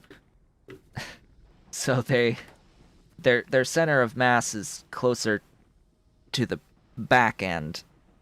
So when I have him sitting here and he's just sliding onto my back, that's all the weight. That's where all the weight is. This is why you shouldn't try to pick up a cat exclusively from, like, right behind the front legs. And try to, like, don't try to hold with both hands around their body by their front legs, because all their weight is on the other side of their body. And it's very difficult to do that. Always try to grab the bottom end as well for the support, because that's where all of their weight is, or at least most of it. Okay. That is aluminium.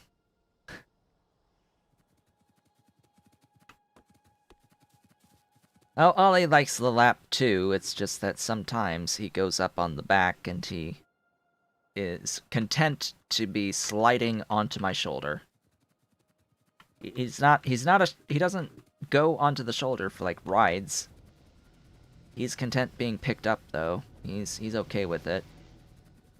Although sometimes he starts biting the arm for whatever reason. It's like, hey, don't bite. Don't bite. He's not breaking the skin, but he's letting you know what his thoughts are in that moment. Yeah.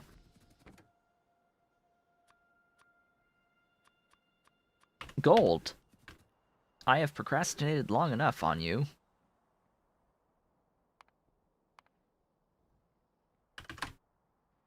Okay, I need this stuff here.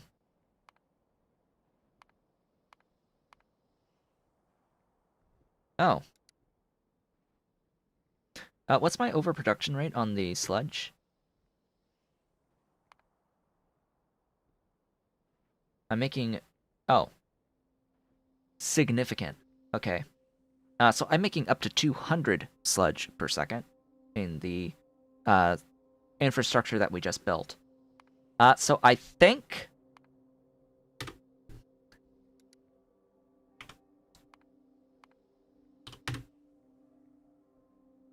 I may have enough for something. Or not.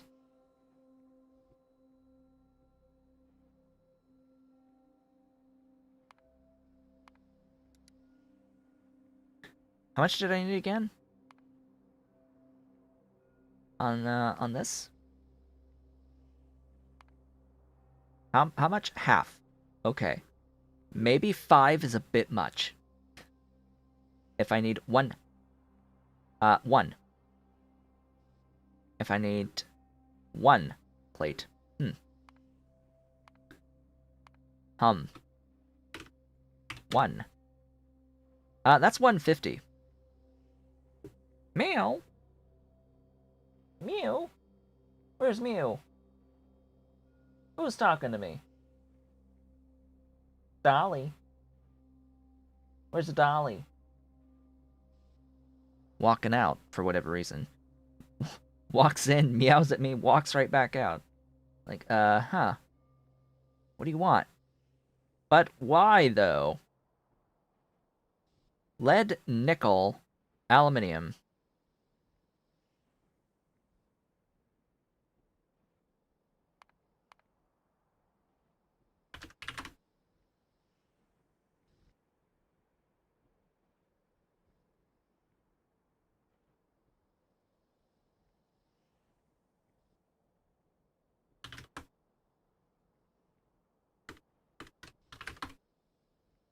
Show me everything.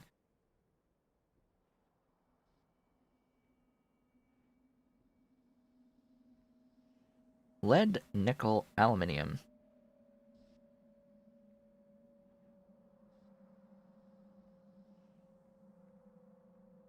Wait, what?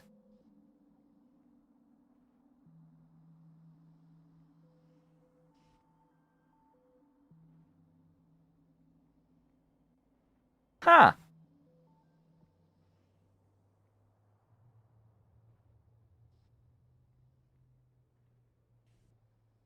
So, there's that too.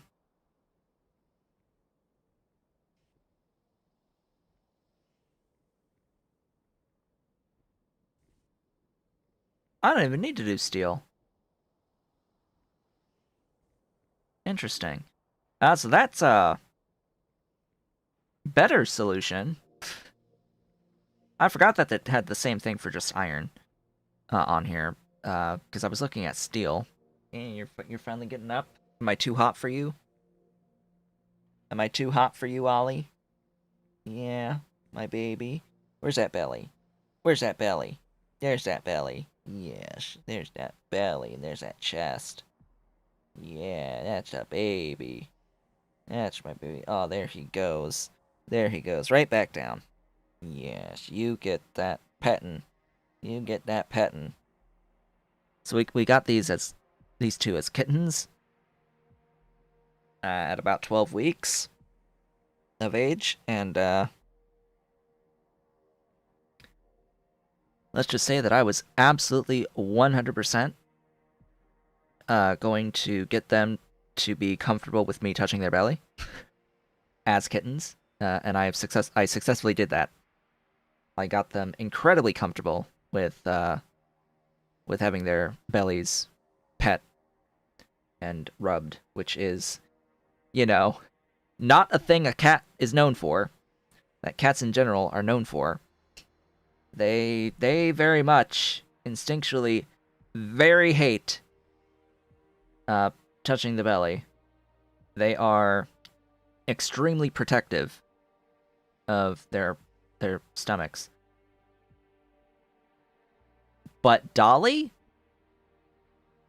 when I go walking down the steps to come to the office, she will race ahead of me plop down onto the carpet and roll so that I can pet her belly on my way to my office. She plops down and rolls over onto her back and expects pets. She expects the pets. So what am I looking for here? I am looking for something to make my life a little bit easier here. With, nickel, aluminium, lead. Oh my gosh.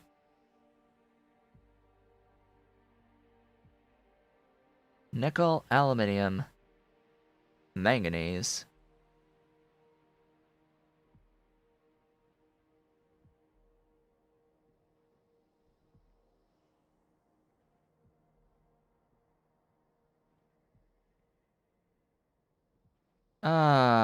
Copper, nickel, tin, copper, tin, zinc, copper, zinc, copper, tin, zinc, copper, lead, zinc.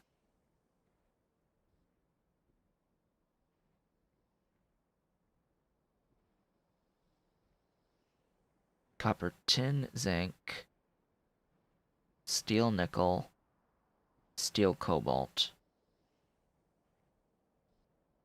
nickel, titanium. So, no elegant solution to this, as far as I can tell, in terms of the, molten mixes.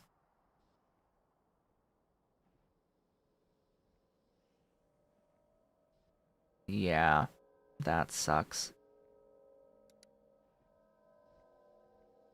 That sucks. Now, for Ollie, though, he's not as, demanding on attention. He doesn't behave the same way his sister does. He doesn't come up and roll on his belly for me as I walk to the office. He will come next to me and he will roll on his side and be okay with me petting his belly, but he doesn't really demand it. He doesn't demand that I pet his belly. He sometimes comes up and he just walks right on my lap with zero hesitation. Come and plops himself right down on my lap. He'll do that. He's definitely been lap kitty. He's more lap kitty than his sister. Dolly doesn't really do much lap time. She'll do it, but not as much as Ollie. They sort of picked their roles and what they wanted to do. They did their communications, decided who does what, and that's what we're living with now. They have had their determinations. Ollie gets more lap time, and Dolly gets more play, really. Though Ollie is like, he's a big eater too. Okay, what am I doing? What even am I? What even am I looking at? I am doing this. I need more sludge than what I have to get one.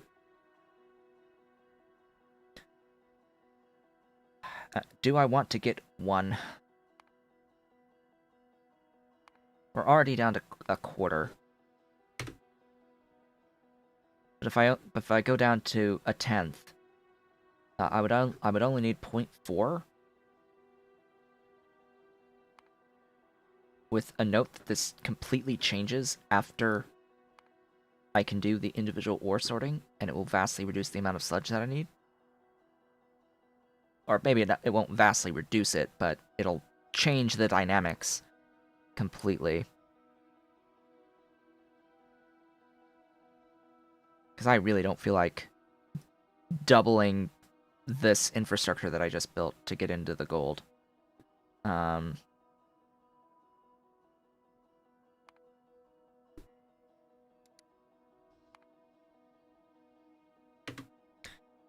However, I can at least get half the amount, so that is fine. Pin that.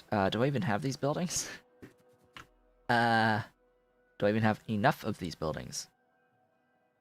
Well, I have the crystallizers. Step 1. I've got. I've done the thing. Step 1. Cool. Let us do this, like, over here or something.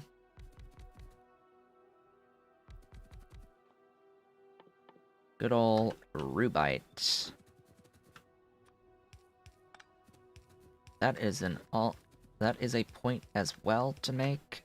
Do I have enough of the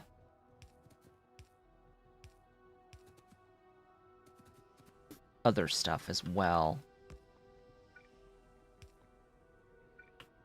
Sulfuric acid to process the flotation byproduct here. Geodes. I hope so. Gosh, I hope so. That should not be on that side when all of the ore is going to come out this way.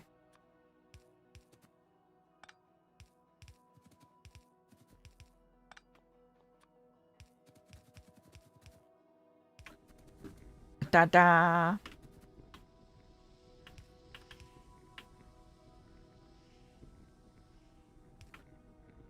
Four flotation cells. Do I even have 4? I do! I do have 4!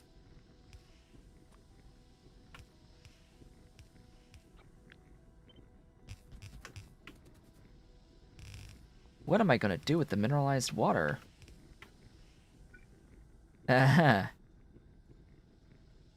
Great question.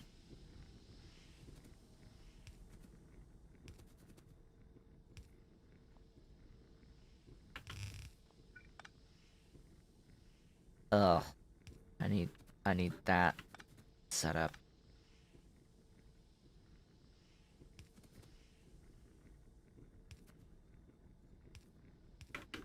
Okay. Go over here, copy. Oh, I used undergrounds. Ha! Interesting. Very interesting. I suppose we go with this?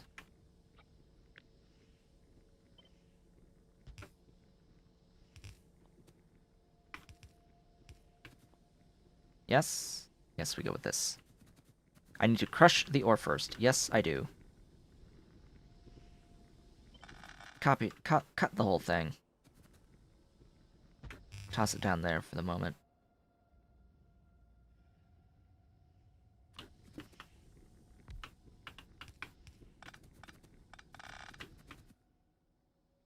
You. Crashed. Give me...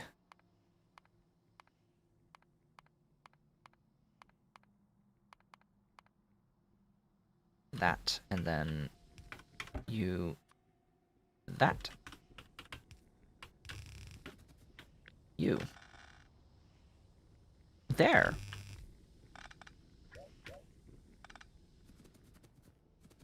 Okay, this is going to give me the geodes. Here, I need a liquefier. Or I suppose I could just send them up to that. These produce those.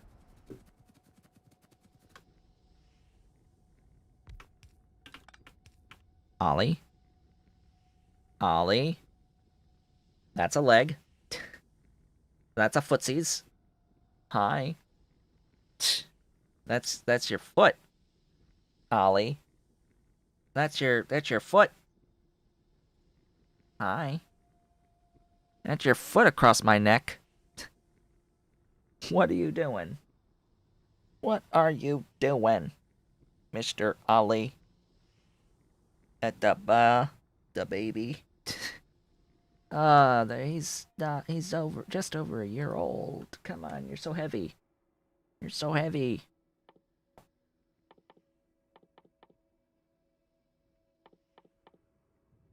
That.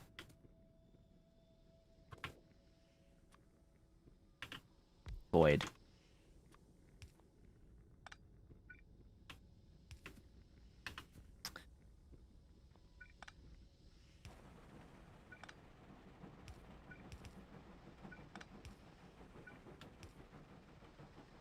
Perfect.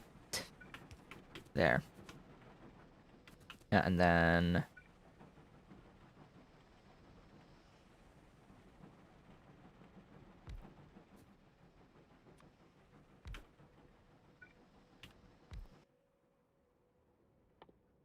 you.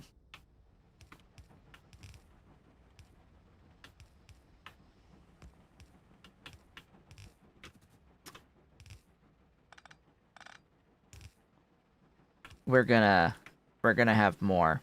Because we're gonna have a, slag. Slag from our doohickey here. That will be ore sorting. And producing a whole bunch of crap. So this is going to be our slag. I only need 2 additional things. This is going to be everything but. So we've got... what is it? Lead, nickel, and aluminium.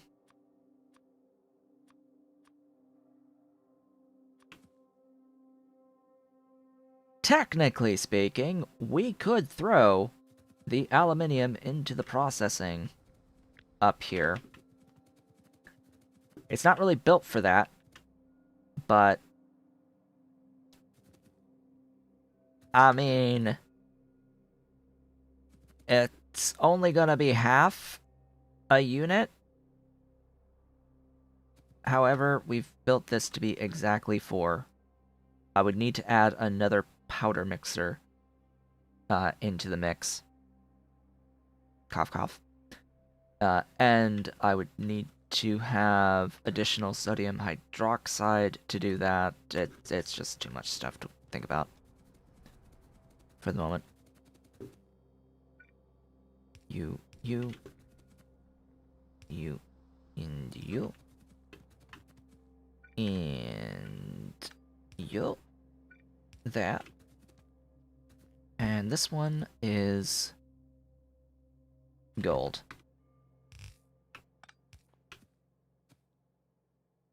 I need a warehouse. Do I have any warehouses? I have 1 warehouse left. Well, that works, I suppose. And there's my gold. Gold! Glorious gold. Doinky, doinky, doinky, doinky. Blast furnace. Okay, I need to fuel the blast furnace as well. I think that I should have enough excess for my blast furnace of the carbon.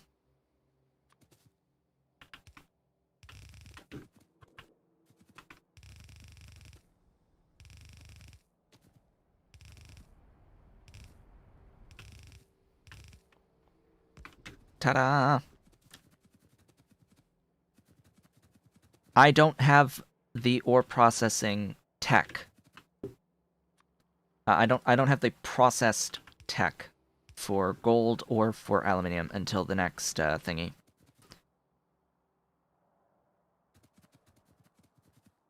Yeah, I could do prioritization on the aluminium ore.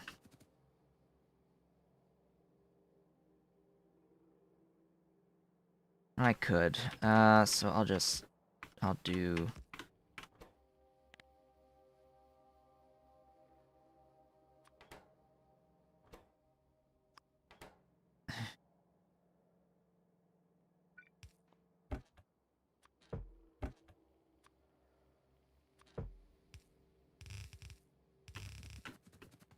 I'll do it. It will, yeah, it will ultimately use less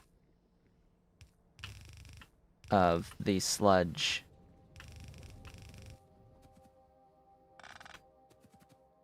Overall. But in order to do this prioritization, I need to change this and how this works.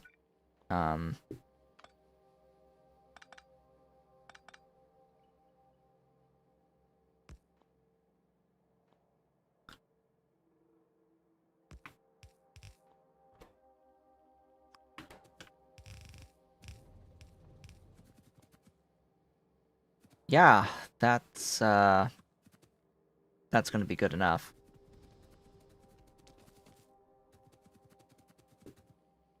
But we will store the excess. We'll output here, but excess will get stored if there is a backup. Because I don't like being tied together like that. We need the chlorine from you.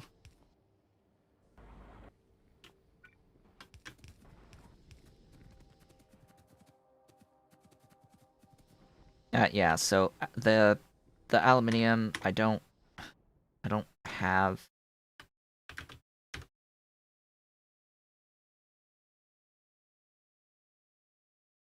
I don't have that until blue science. And that's the main issue. That part of the issue that would improve it by 50%, and then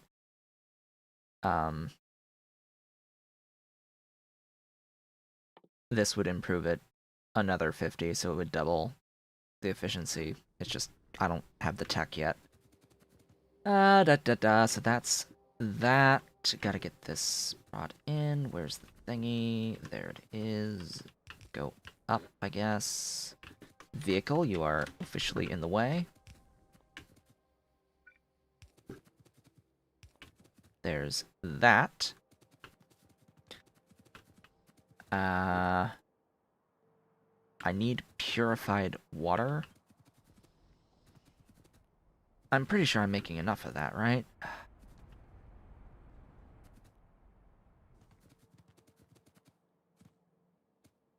Yeah. So I can bring this over and down as well. If I'm already making it somewhere, then why bother adding more that I don't need? Although it does make it very messy. Excuse me? Oh. Okay, you are processing.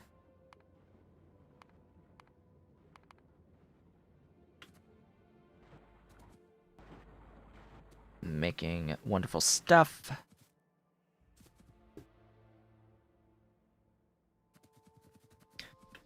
Yeah, if we do go through the end of Sea Block, it will take a lot of streams to get through. It really will. I mean, you could look at the, you can look at my Space Angel series, ABX, and see how long it took to get through some of this stuff. The main thing, though, by comparison, is that I can't just mine the ores. But a lot of this is the same as normal angels, right? Like, this is... most of it is the same as regular angels progression, and that part is fine. It's just that the science has changed, and I need gold before I would normally get gold in an Angels playthrough. And yeah, it adds this element of, hey, you need to fix things. Why did you die? Oh, right, because I need to kill the nitric waste out of this. How's that? How's your foot? How's your footsies? How's that kitty footsies?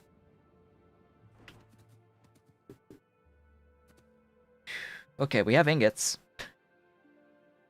Now we just need to, process said ingots.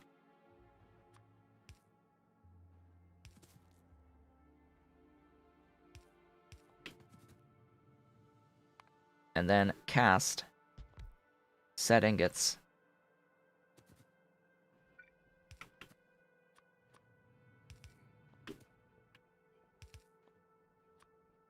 And dump into a chest. We have gold plates. We officially have gold plates. It's glorious. And we technically have aluminium plates as well. In an equivalent amount. Because we're getting that ore in without the need of any catalyst.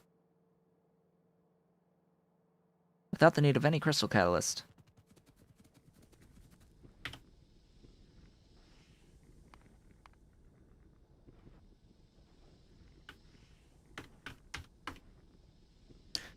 Aluminum.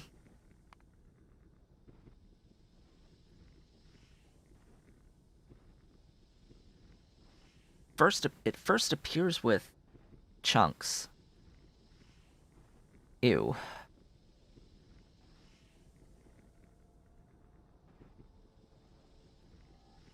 Isn't that convenient, though?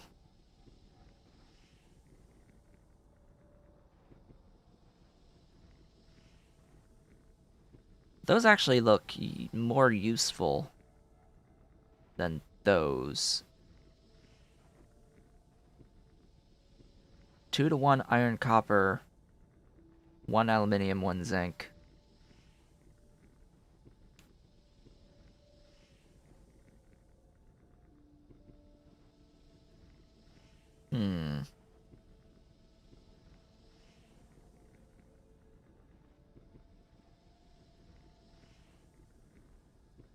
Tungsten, silver, zinc, aluminium, copper, iron.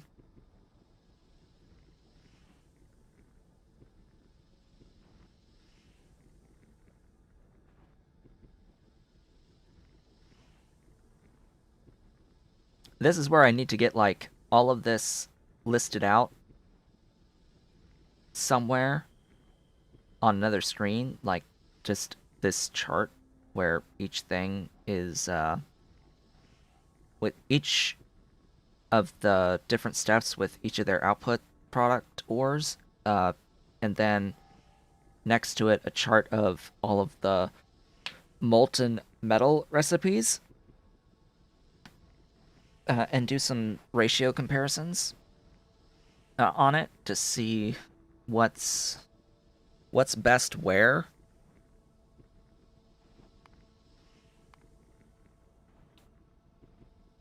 And trying to find anything where we could dump all of the outputs into a single final product.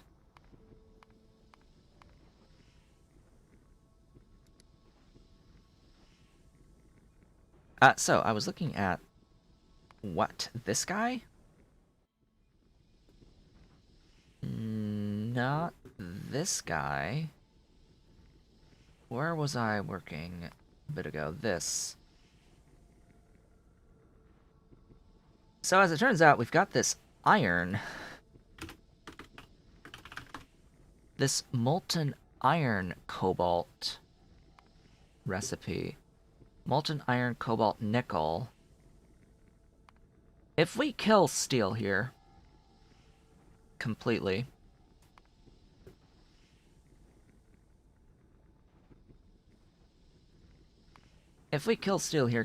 and we add that guy,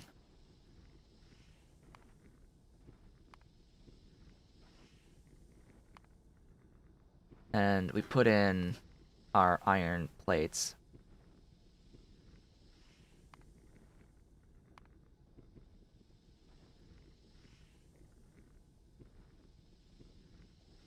What happens when I hit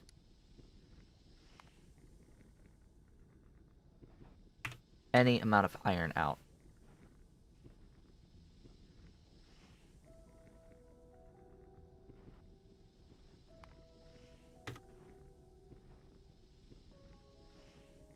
But that's red.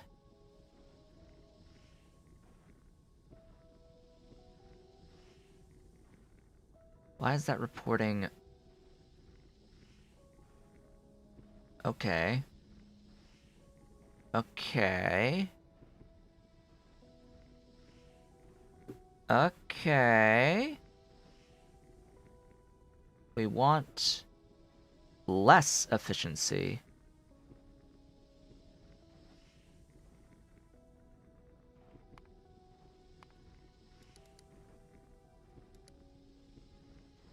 Okay. Remove that in its entirety. And that. And that. And that. Alright. This is saying that we have more iron than we need by 0.72 if we shove it all into iron plates.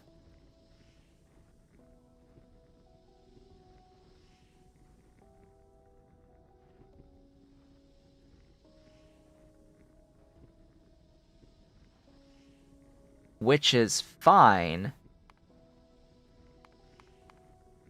because duh, iron into more molten iron.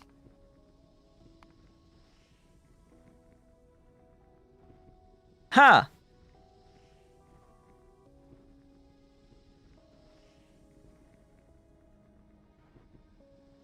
Well, there you go.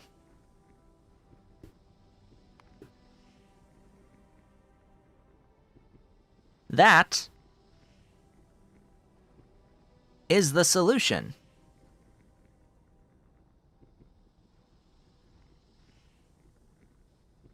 If we look at this guy, again, with all its productivity, sure, why not? Doesn't really matter, but if we look at the amount of chrome that we need, 2 chrome, 2.06.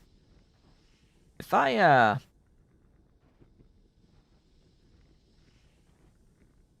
have this 8.21 ore here, if I look at how much, iron this uses, it uses 19 plates of iron. Without breaking everything down, that's just a general estimate. If I broke absolutely everything down to its base values, that's probably a bit higher than that. But for the sake of argument, 19 iron is needed for this. I think that's actually more accurate than I was anticipating. So I'm looking at all these and I'm like, where could there be hidden iron? And nowhere. Nowhere. So 19 seems to be about right. If I go here and I instead of 5, I say 19. Well, that ends up with 2.38 chrome. Ore.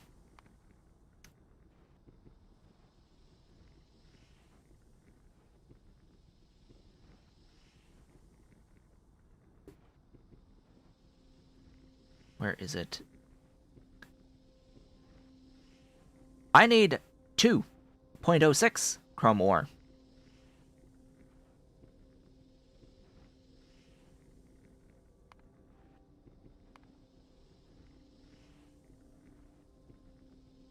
Which means that my chrome ore that I need, even if we ignore productivity because it's applied evenly across all the things, it scales everything in similar manners, I'm pretty sure.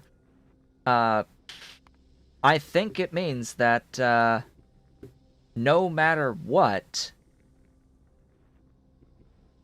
we will always need additional iron in this system, even if we take all of the other outputs from the ferrous crystal processing or sorting, if we take all of the other outputs and make them into iron plates, we still will need a little bit more for the given chrome ore output necessary to make the necessary amount of plates for the advanced processing units.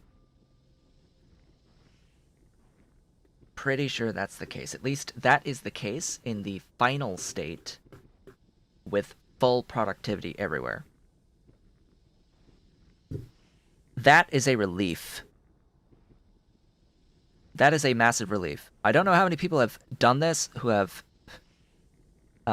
like made any guide whatsoever, because I haven't looked any of this up. I haven't looked at any like wiki or any of that. Like there technically is a Sea Block wiki, by the way, but it's horrendously outdated and too few people do updates to the wiki. But for circuit processing, okay, for the circuit processing mod, which I'm pretty sure does not need to have Sea Block. Doesn't need Sea Block, I'm pretty sure. You could run circuit processing on a normal Angels game, Bob's Angels game, and it will make the circuits be this.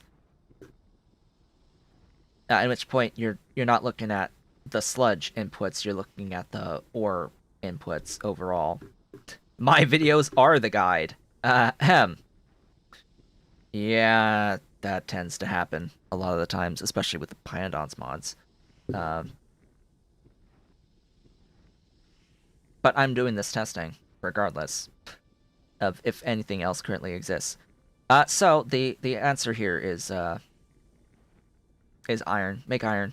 Offset the extreme vast majority of your iron plate input in this process. Granted, the iron plate input in this process is in the form of green circuits. Okay? It is in the form of the green circuits. So, yeah. This is a system that is very much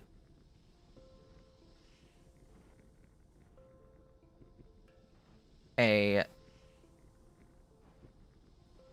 single factory system that you do everything from as base of material as possible, in my opinion. You're going to have to do all of the circuits, I'm thinking, in some central factory, because the last thing I would want to do is do all of that iron processing here and then send it to a different factory making the green circuits. I mean, I could. I mean, it's easy enough, but yeah, this ferrous crystal ore sorting scared me.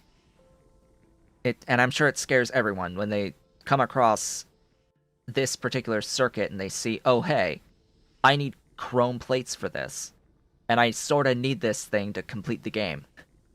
It is very scary to see these other 4 items. The thing is, these other 4 items are all involved in the making of iron. So, yeah, of iron and steel. Now, if I look at molten iron again, wasn't 5 also chrome? Yeah. Yeah, I'm like, wasn't 5 chrome as well? Yes, it was. But it is a little bit harder to shove everything into iron because of that.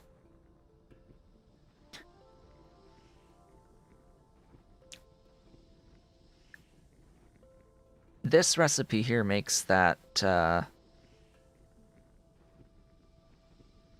makes things more interesting as well, because, well, yes, you are going for the chrome, for whatever reason,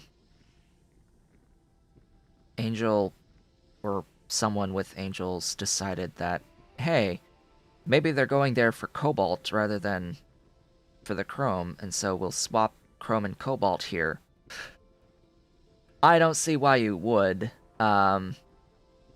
but you could easily get a remainder of cobalt from this system as well.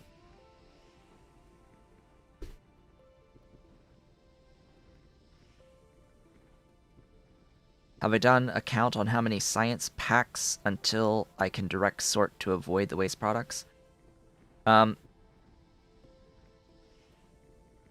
you mean for chrome? Because it's impossible. Because you can only get chrome ore from ore sorting ferrous mixture. You have no other option.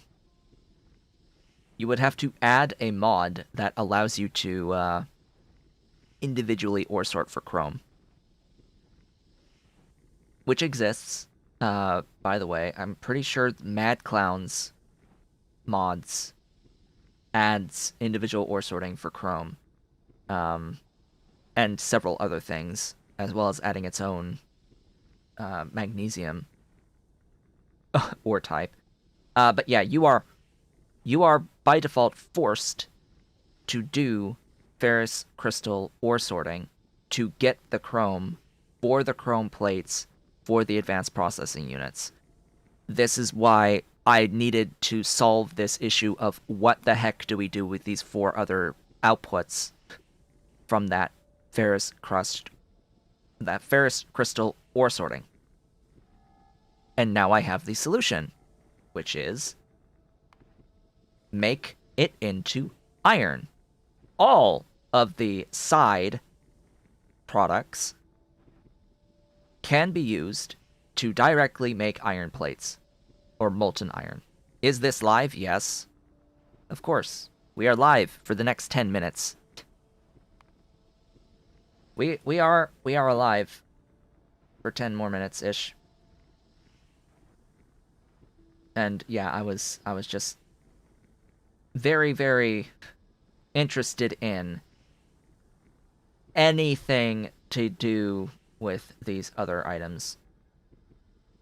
My initial thought was, okay, let's break down everything involved in these APUs down to the plate level, and I was thinking that we would end up with a mix of cobalt, steel, Invar, nickel, just a whole. I was thinking it would be more complicated than it actually is.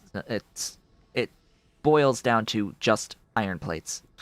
Use all of those ore types to make iron, molten iron, through the various molten iron recipes that use those particular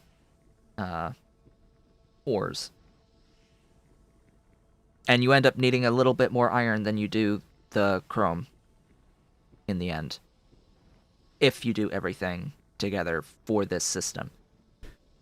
So yeah, that makes me happy. I would like to see if there is an equivalent with the cupric crystal.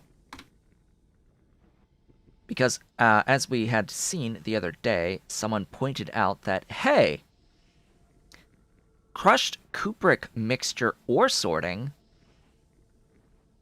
ends up producing a 1-to-1 copper to tin, which is exactly what you need when making the tinned wire coils in particular.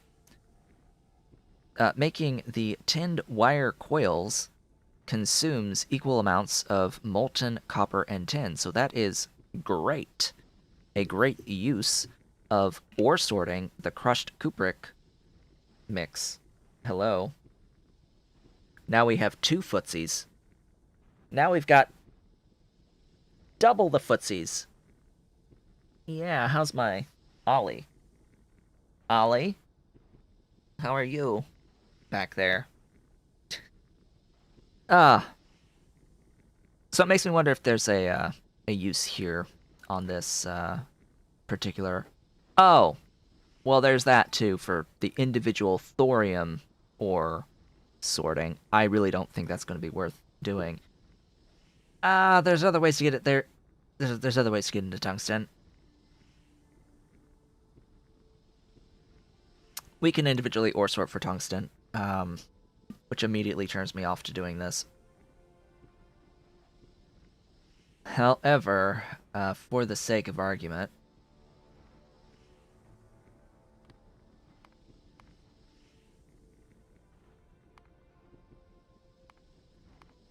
we'll break it down, set it to ingredient input or whatever this is here.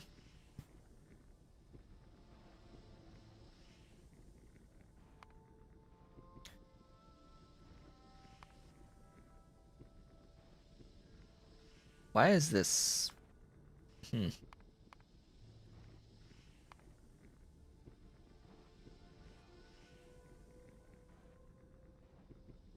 Interesting. Interesting.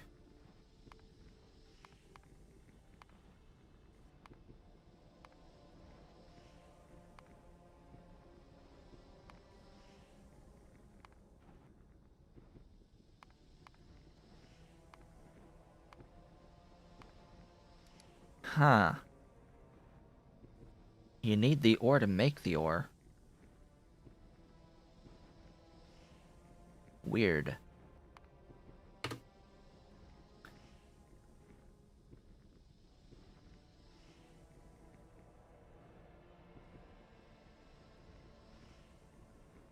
That's funky. I may ignore this for the moment.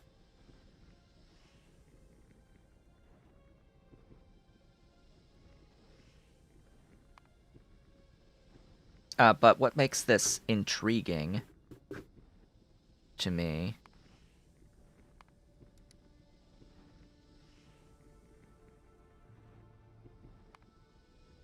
what makes this somewhat intriguing is that it dodges the use of hybrid catalysts. But I'm pretty sure this isn't going to win overall for efficiency. As I said, I think I'm going to ignore that to have a look at this ratio, 4:1:1:1. Copper, tin, silicon, gold, tungsten. Copper, tin, silicon, gold, and tungsten.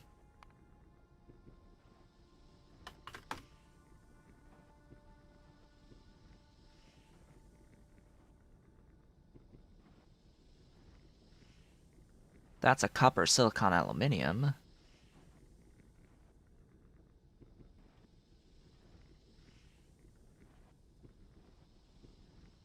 Copper, tin.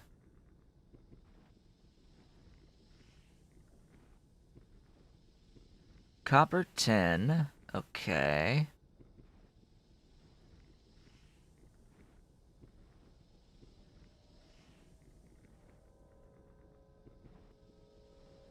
Copper, tin, silver, not silicon or gold.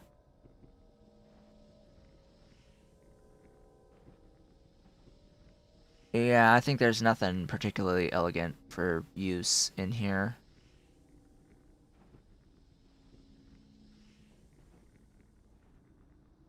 Gold's just gold. There's no other recipes for it. Gosh, it just feels like there's stuff missing here. Like, why is there only the one for copper when there's so much for iron? When it's such a base material. And like, why is there only one for tin? And why is there only one for the lead? Like, if you're gonna include all these other alloy type recipes to get increased output of molten, like, where's my 360 out of molten copper? Where's my 360 out of molten tin? Where's my 360 out of molten silver? Of molten gold? Of molten zinc? Like, why do I not get these options from my 360 out of everything? It feels like they're noticeably missing. Also, why does bronze and brass and all these other ones have to share the same line? They probably shouldn't do that. So yeah, this is BS. Not in a million years will I individually sort Cooper crystals because there's individual sorting recipe for tungsten with hybrid catalysts. Yeah, right there. That's the one. And that one is super easy to do by comparison to doing this. Because, yeah, 225 sludge. Did I break down the crystal?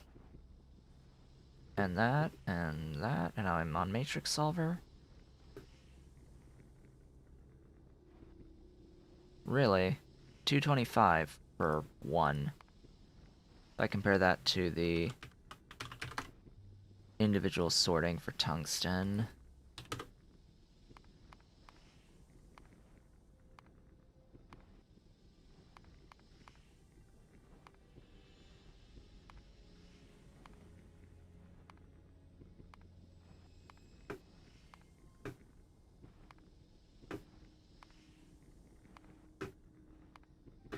Yeah, 27. Each. Or.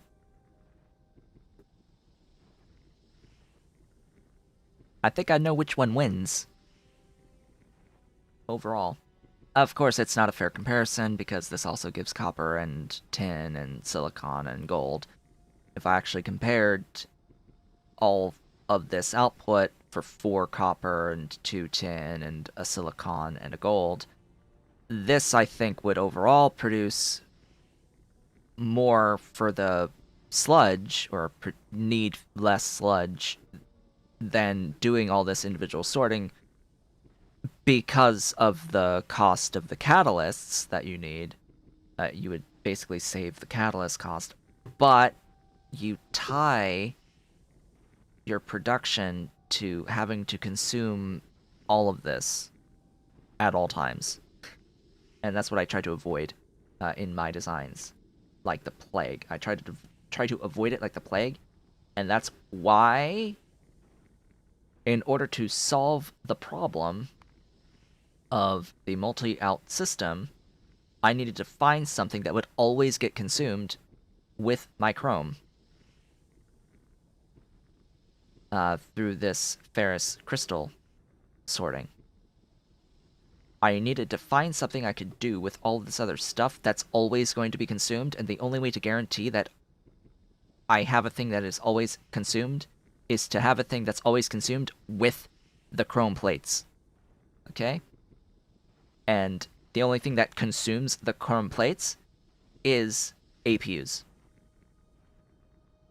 So as long as there is a way to sync the byproducts into the production of the APUs, we're good. And as it turns out, we're good because you need more iron than what the byproducts can actually produce. Slightly more. Well, what did we get done today, folks? We made gold. We didn't actually do that much progression today, but we have officially made gold. It appears as if it's not moving right now for whatever reason. Huh?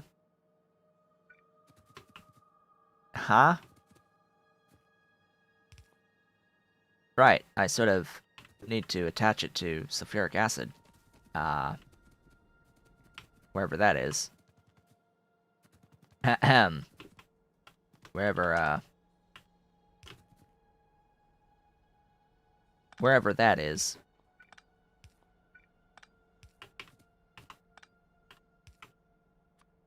We'll do that right quick. So we've made gold, and we have a separate location for aluminium now, to be able to provide that resource onto our train network.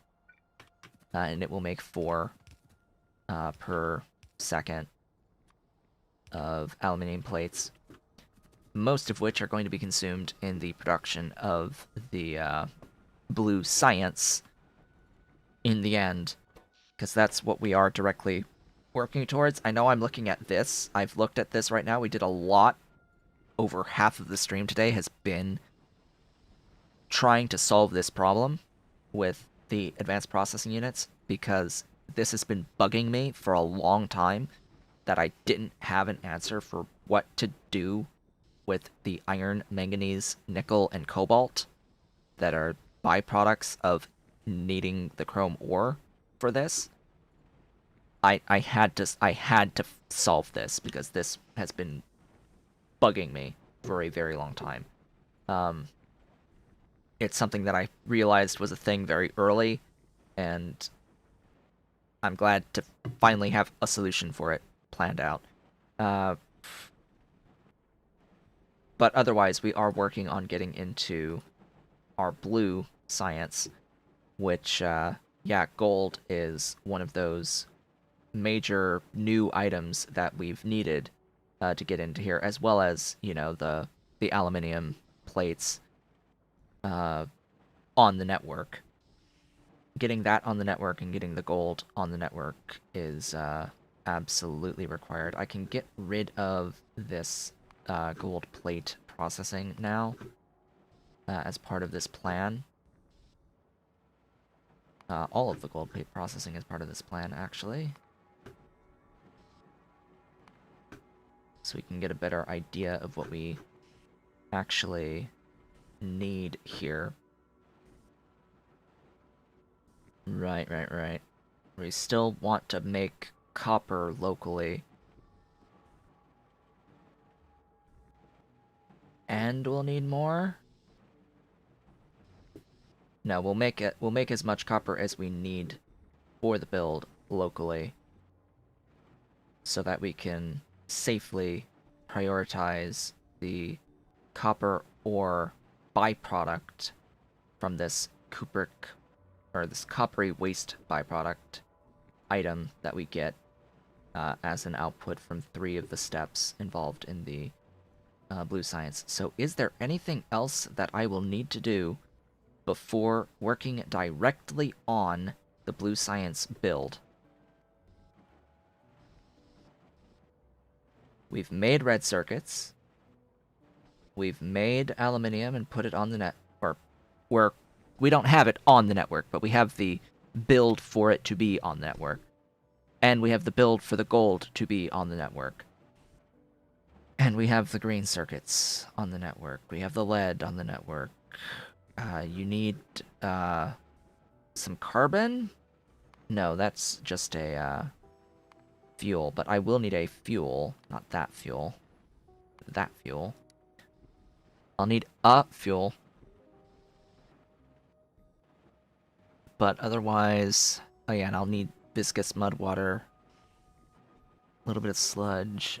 I have the glass on the network too. So I think we're ready for the actual blue science build.